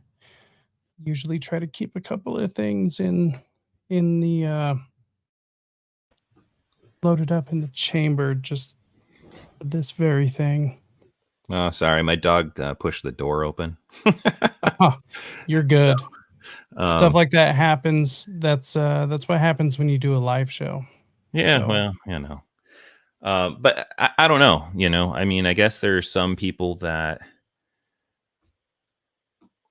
I mean, man, they just might not want to do all the work anymore. Like, I get it. Like, I I handle all of it for what I'm doing. yeah. I had to learn how to video edit, learn how to record, learn how to do all of these different things. Set up a company, balance books. Yeah. There's just so much stuff you have to do. You know, Yeah. along with art and everything else. You got to contact people, and you got to do all the logistics to make things happen, and try to finance it. Like, how are you going to finance all this stuff? Like, it's not easy. Which, that's the other part that cracks me up, is all these people calling me a grifter. like I, I I haven't made any money. Like, if I'm grifting, I'm Yeah. really bad at it. Oh my goodness, and Well, and even if you were really good at it, so what? well, Like yeah, it's not like you're giving people nothing. It's just yeah, like, "Hey, give me money." yeah. Like that might be an issue, but I don't know. I don't get it. It's and not to mention if people wanted to like give you a few bucks. I always think about like street musicians. It's like nobody's forcing you to give a couple of dollars to that person, you know? Yeah. And you're never going to get any money if you don't ask. So it's Well, like true. Yeah. Yeah, I think it's just another grifter. it's just You another thing to grifter. yeah, it's just another thing to try to get you to stop, I think, is Yeah. what it is, but it just cracks me up when I hear it, because it's like, if anyone had anyone understood how much money I've sunk into doing this because of my beliefs, Yeah. you know what I mean? It would be the last thing they would say. So, Yeah, same with this show. I never thought that I was going to be doing 12 other jobs on top of actually doing the podcast itself. So it's very similar in that vein. Yeah, it's at this point it's definitely a money hole or a money pit. yeah. Hope it pays off. I mean, it's paying off. I feel as though, ideologically, Yeah. it's paying off, but financially, no. This is a drain. So, just Yeah. is what it is. It's a labor of love until Exactly. it's not. Yeah, and that's the whole thing, is like, if I don't make a dime off of it, then so be it. Like, that's not the point, right? The point is to try to change the world. That's the whole point Yep. of all of this. And I want my daughter to see every step of it, so she knows how much I'm doing, because she's along with me for every step of the way to see what I'm doing and why I'm doing it, and trying to teach her along the way. And I want her to see that it's worth it, so that any endeavors that she puts herself towards, that she'll put in that same amount of energy, that she sees the amount of work, and that she's willing to do that amount of work. And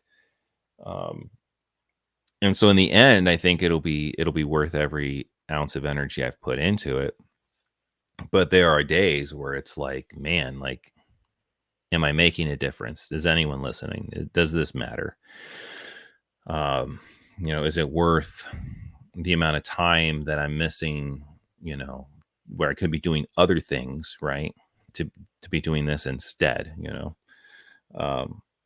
but the feedback I do get that's positive makes me say, okay, so this is helping. This is helping. People are like that guy that, I think he was from North Dakota, that's saying, I'm not alone. Like, this is nice. Like, I'm not crazy. So, Yeah. those little bits of light make it worth doing.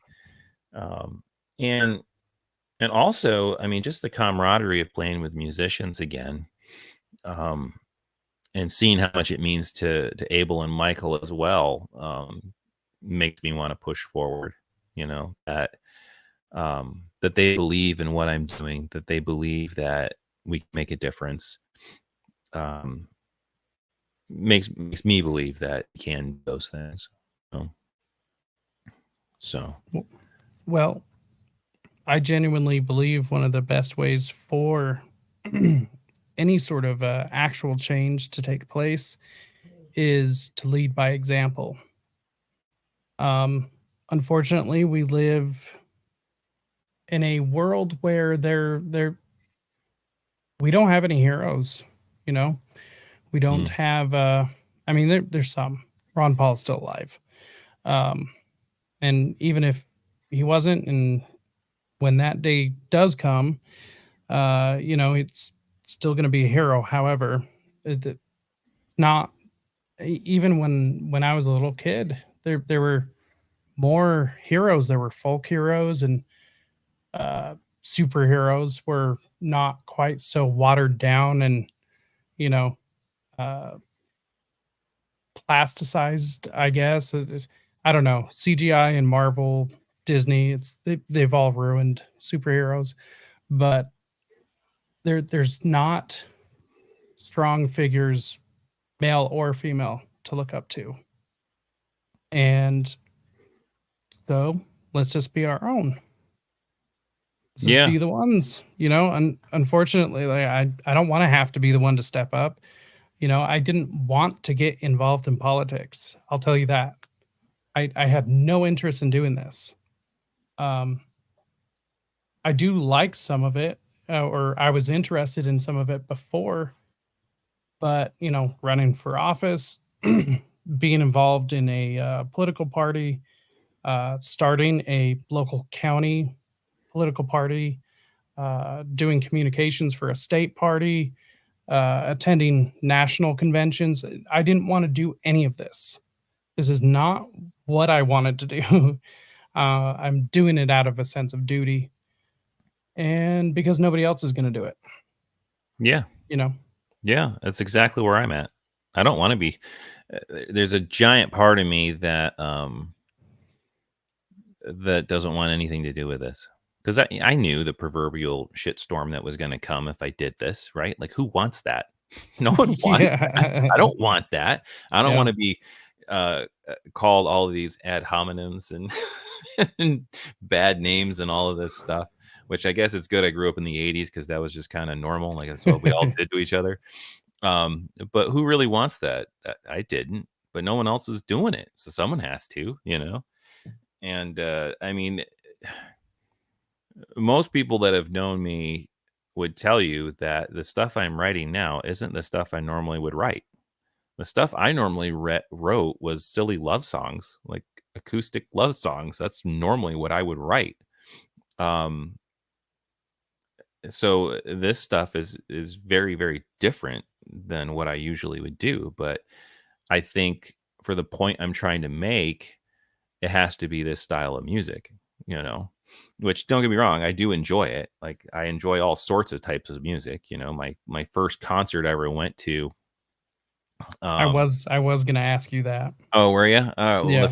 so if you listen to my music, you would think that it was some kind of rock band, but it wasn't. My first concert I ever went to, and I'll probably butcher the name, so I apologize to these guys, was High Class Brass at the Rochester Eastman School of Music in Rochester, New York.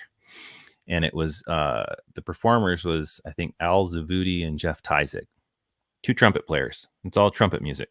Nice. Right. And my dad took me to that when I was probably like 10 or something. And it blew my mind. I just thought it was the most amazing thing I'd ever seen. And I mean, there's all sorts of moments in my life where, like, I knew I would be a musician, but that was one of those moments. Was like, man, I want to do that. That's awesome.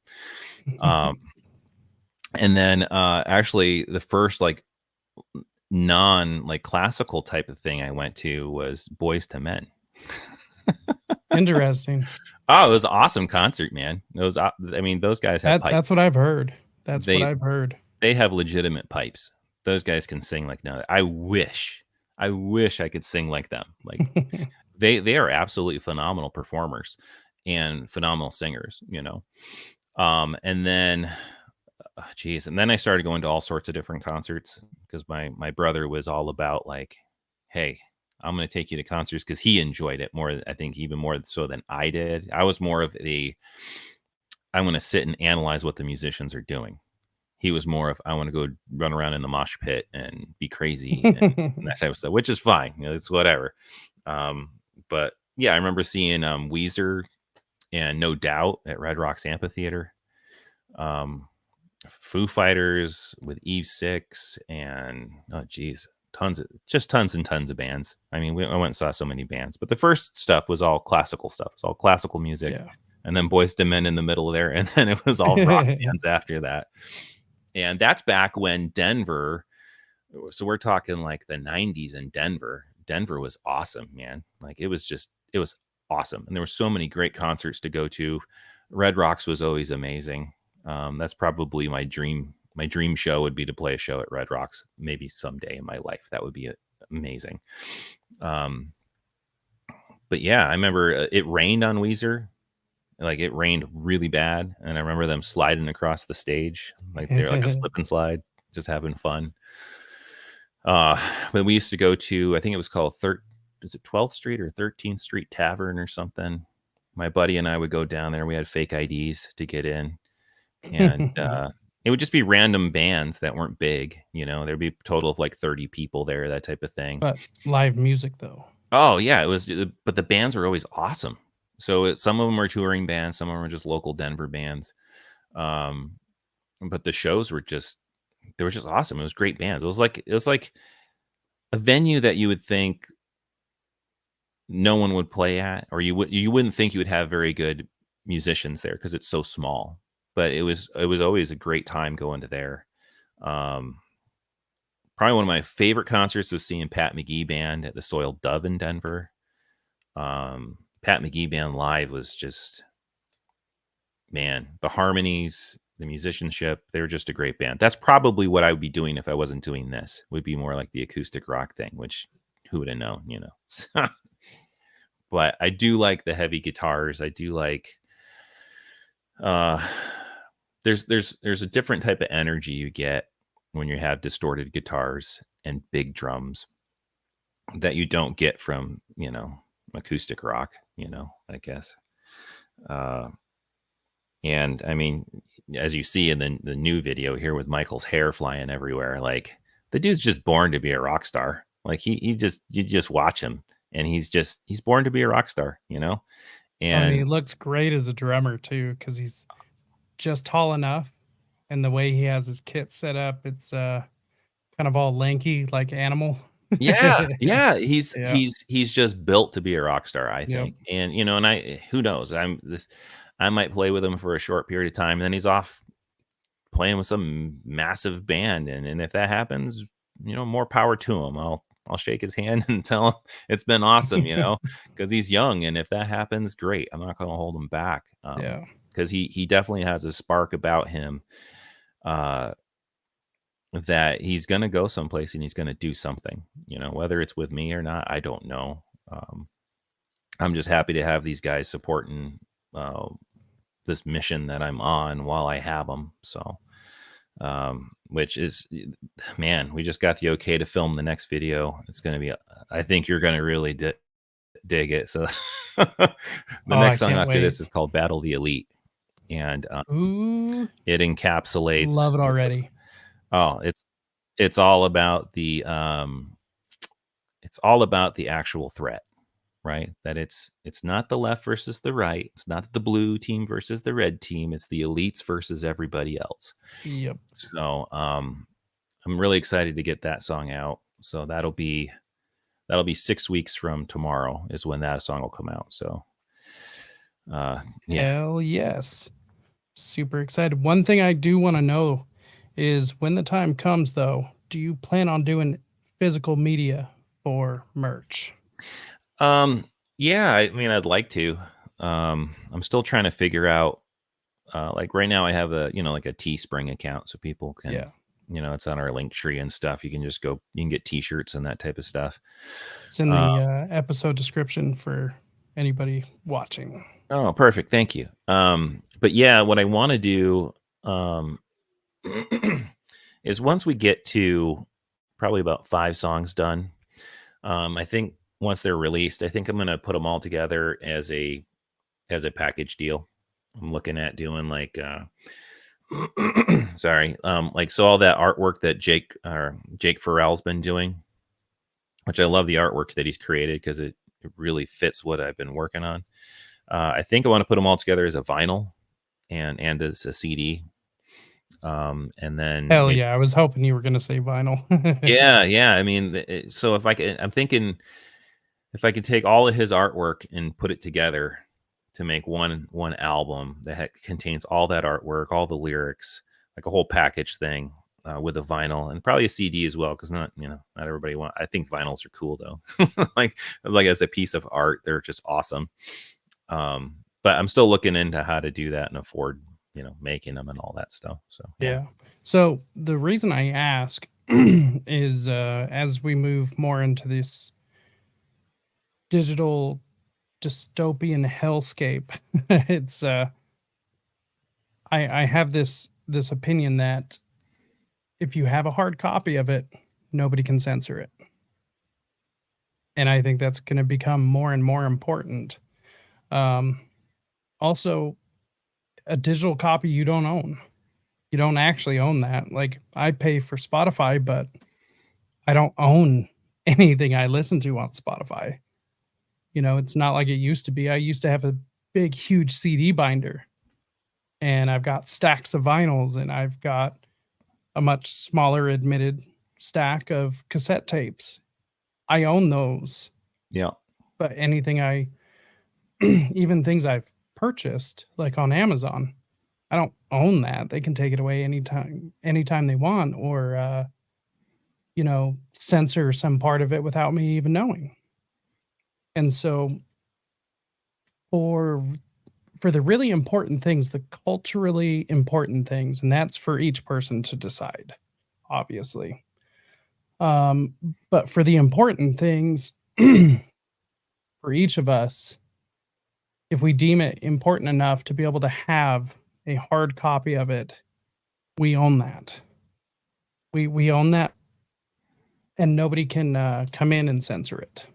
And I think the threat of censorship is going to become more and more, um, almost as each passing day. And so when I hear things like physical media, I get excited about those things, because then there's nothing they can do about me showing anyone else, my physical media. So Yeah, I thought I read a thing on didn't China do that with it's like Star Wars or something? I think so. I forget there was a I remember seeing a thing where it was like China took digital copies of Star Wars or whatever and then made it at the end that the Empire won or something like that. It like just You abruptly know, ends. it's really hard to say what's going on with China. Um, they have a really, really good propaganda machine, um, and they're constantly failing in different areas and then like succeeding in others. So that does sound like something they would do, though. Yeah, well, it just makes me think that eventually that's coming down the line here, right?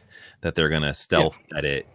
You go into your Amazon digital copy and you go to play it, and all of a sudden there's just parts missing, right? Yeah. There's just parts missing that's key to the storyline, right? Yeah, So, exactly. And there's going to be what is that? The mandala effect, like in real time. People yeah. are going to think you're crazy. Yeah. Yeah.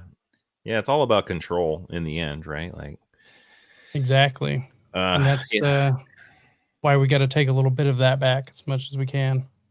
Yeah, it's like one of the things that I do is I try to hit, especially on road trips, I try to find antique shops and like old bookstores, and I try to find old books, um, that's pre 1980, or if I can find them from like the 20s or 30s, that's even better. Yeah.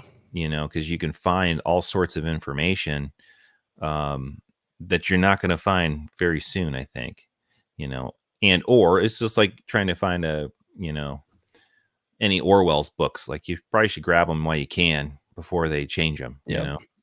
Yeah. Orwell, Ayn Rand, history books, textbooks from 1960s and earlier, especially dictionaries. Oh, yeah. The older the dictionary, snatch it. No matter how much it costs, it's worth it. Yeah. So Yeah, I agree. It's kind of interesting. I was talking to my uncle. Geez, it's a couple years ago now, but and we were kind of having the debate of, can this be turned around? Can this be fixed? That type of thing. And um, so the first question I asked him is, how do I know if a textbook is any good? Because I'm homeschooling my daughter, I want to get like as much stuff as I can for her. And so he was the one that was like, you got to find all the old books, right? Because he was a history teacher. That's what he did, right? yeah. And he said the amount of history that's already been changed, it's kind of ridiculous. One, they only can fit so much in the books to begin with, right? And then two, they don't always put everything that you should be in there because they want it to look a certain way, right? And he got out of teaching because he saw how bad it was going. Years ago, he got out of it because it was just the diversity of opinion was dwindling very quickly, is what he noticed. Yeah. So then, there's one thought, and you yeah, have to agree with it. yeah. And then my dad asked, he said, okay, well, you know history very well. Is there ever a time in history where we're in the situation we are today that it's been turned around? And he's like, no. He's like, it always has to go to the bottom and rebuild. Like it's just how it goes, And so I don't know. I was like, well, maybe. I was like, but with today, with all the technology we have and stuff, presuming we still keep it, maybe that complete collapse and rebuild will be a faster process, right? Because in theory, it should be. Possibly, I don't know. It's just a thought. Like maybe it would be quicker, or maybe the fall and rebuild don't have to be quite as harsh, because we can communicate faster. We can put better minds together quicker. I don't know. So I try to stay on the positive side of things, that things can get better. But I think at the same time, the reality of how bad things are has to also be in your mind, Yeah, I completely agree. We'll start wrapping up on this. That way we can get to what I know everyone is itching to see. I mean, to face any of this without the reality of exactly how bad things are would be a disservice. You'd be lying to yourself, lying to everyone else. It's like anytime somebody runs for the presidential office as a libertarian, and sometimes people say, "Oh, I'm gonna win." No, you're not. No, you're not. Like, I like the attitude, but you're not, and you need to be honest about that. So it's a matter of how many percentage points are you trying to get? Are you trying to get 10 more? Whatever. So I don't know. It's if you want to live with your head in the sand, go for it. But for one, move out of the way of people who are trying to do more than just that. Also, don't don't take credit for it when all the hard work's done, because or at least I'll make sure that nobody's going to take credit for what I did. So um yeah, I don't know. I see a lot of people. I don't know. It's hard to compare libertarians just because we're so different. Even within the liberty movement, there's a whole lot of purity tests. Oh, and it gets really old really quickly. And it's like watching a couple of little kids be like, "No, my baseball player is better. No, my basketball player is better." And it gets so boring. And like I was saying before, the state keeps growing. However, this was important for me to have you on, and it was important for me to show your music. My whole show has been focused on solutions. It has been focused on what people are doing. Because I truly do believe that we need to lead by example. Um, does everyone always have the best ideas? No. Is everything going to be here 20, 30 years from now? I don't know. We'll see. But right now, I see a lot of people trying a lot of different things. They're all peaceful things, and they're all things that could be absolutely life-changing for so many people.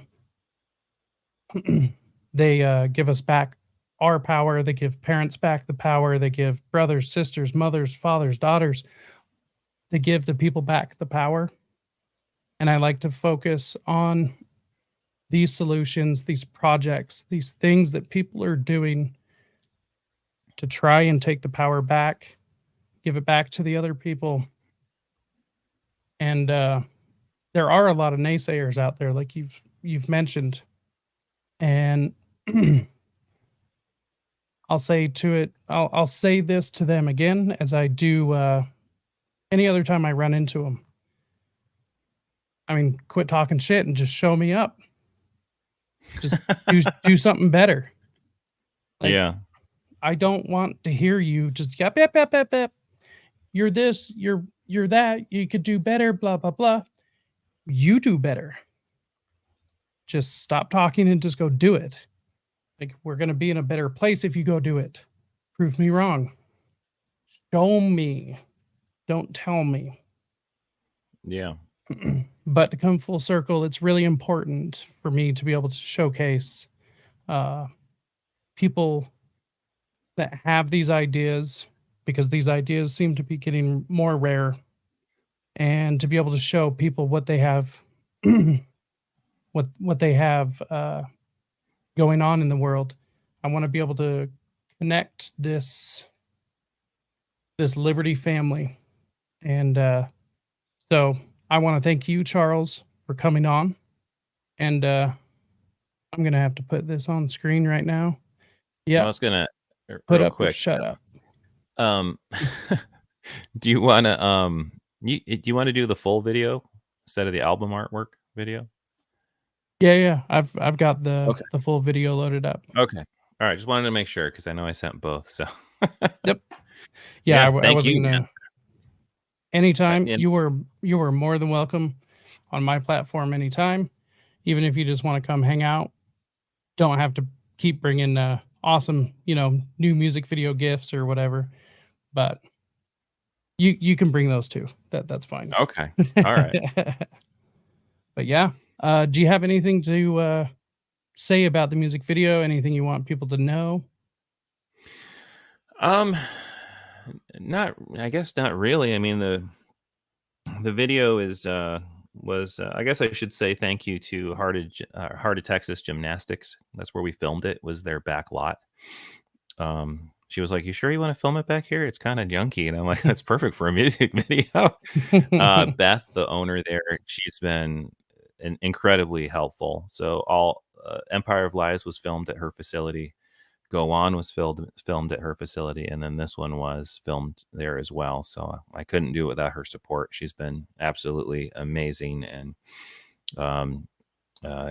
God had our paths cross right at the moment I needed it. So she's a big reason why any of this stuff got off the ground, because at the time I didn't know what I was going to do to even get Empire of Lies off the ground. So as far as the content of the song, I think it kind of speaks for itself. It's just my frustration with all of those musicians that became the very thing they swore to destroy. So that's about it. All right. Well, on that note, let's jump into the music video, and then we'll come and close out at the end of it.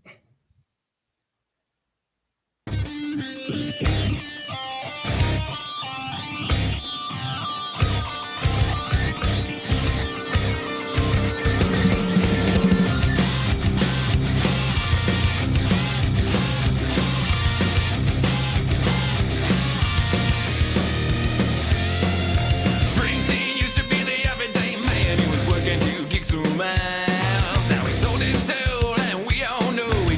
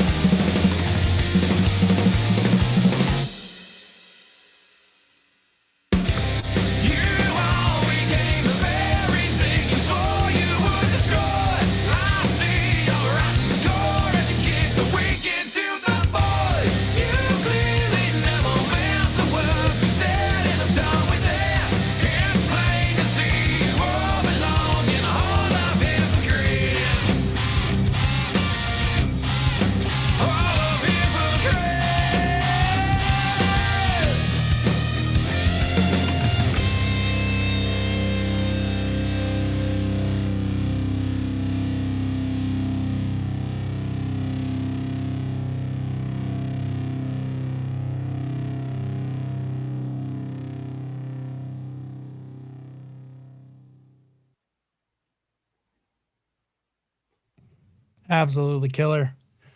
Thanks. Loved it. Loved it. Well, So thank you. awesome. Couple of comments. Well, thank you. I imagine it's going to continue to get great reviews. Well, on that note, I do want to wrap it up, unfortunately, because I could just sit here and talk to you forever. Yeah, same here. Yeah, So, exactly. but go ahead and let everyone know where they can find you. Obviously, what you have coming up. Anything else you want them to know? Go ahead, shout out whatever and anything you want. Sure. Well, highcapmaggie.com. You always can reach us through there.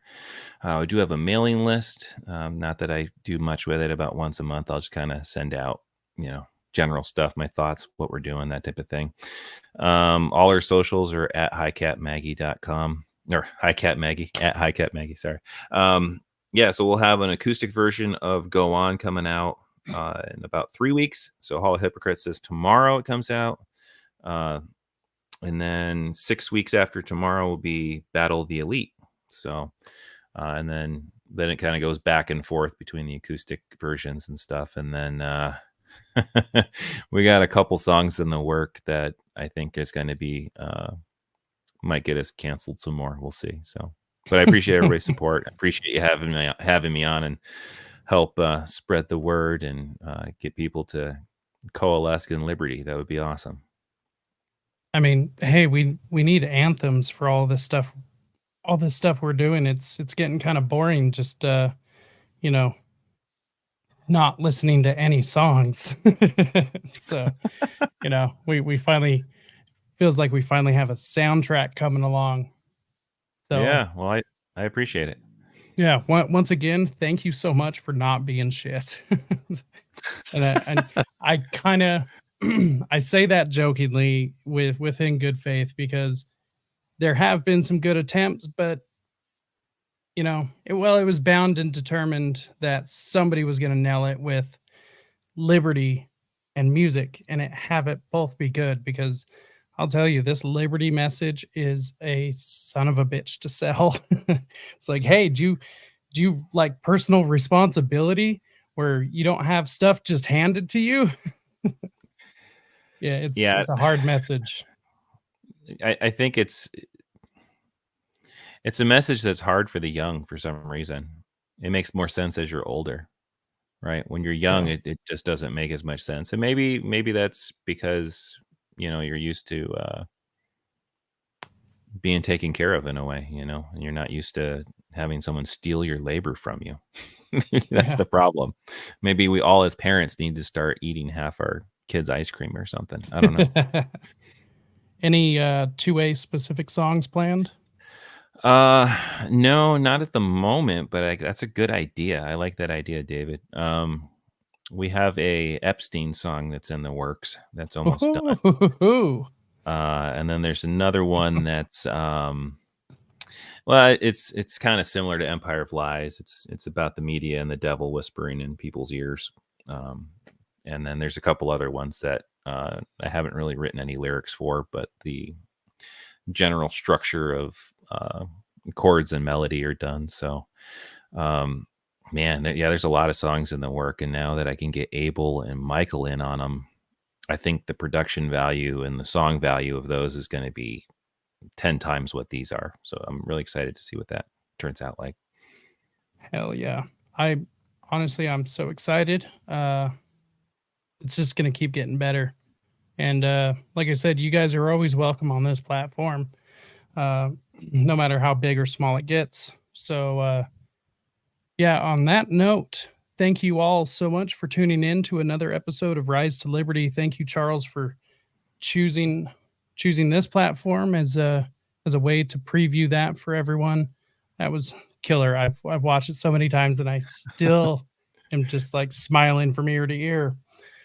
On that note, you can go ahead and find pretty much everything related to Rise to Liberty at risetoliberty.com or risetoliberty.com/links. However, you can also scan that little QR code right down there in the TV corner and that actually pulls up everything. I try to make it as easy as possible. Um, let's see. I think that's pretty much it. I don't have anything else. I do have some other interviews in the works. Trying to get somebody from Ireland to come on and talk about the immigrant crisis that they have over there, to kind of give us a warning about how the U.S. is going to look in a few months, because they're about a year and a half ahead of us. So try and get that perspective. Also got a China expert coming on who has the opinion that China is a paper dragon. Uh, China is not our threat. And he's going to come on and talk about exactly why China is not our threat, and that it's the right's version of Russia, basically. So be keeping an eye out for that. Hang out, Charles, until we're out. And otherwise, everyone else, until next time, stay free, my friends.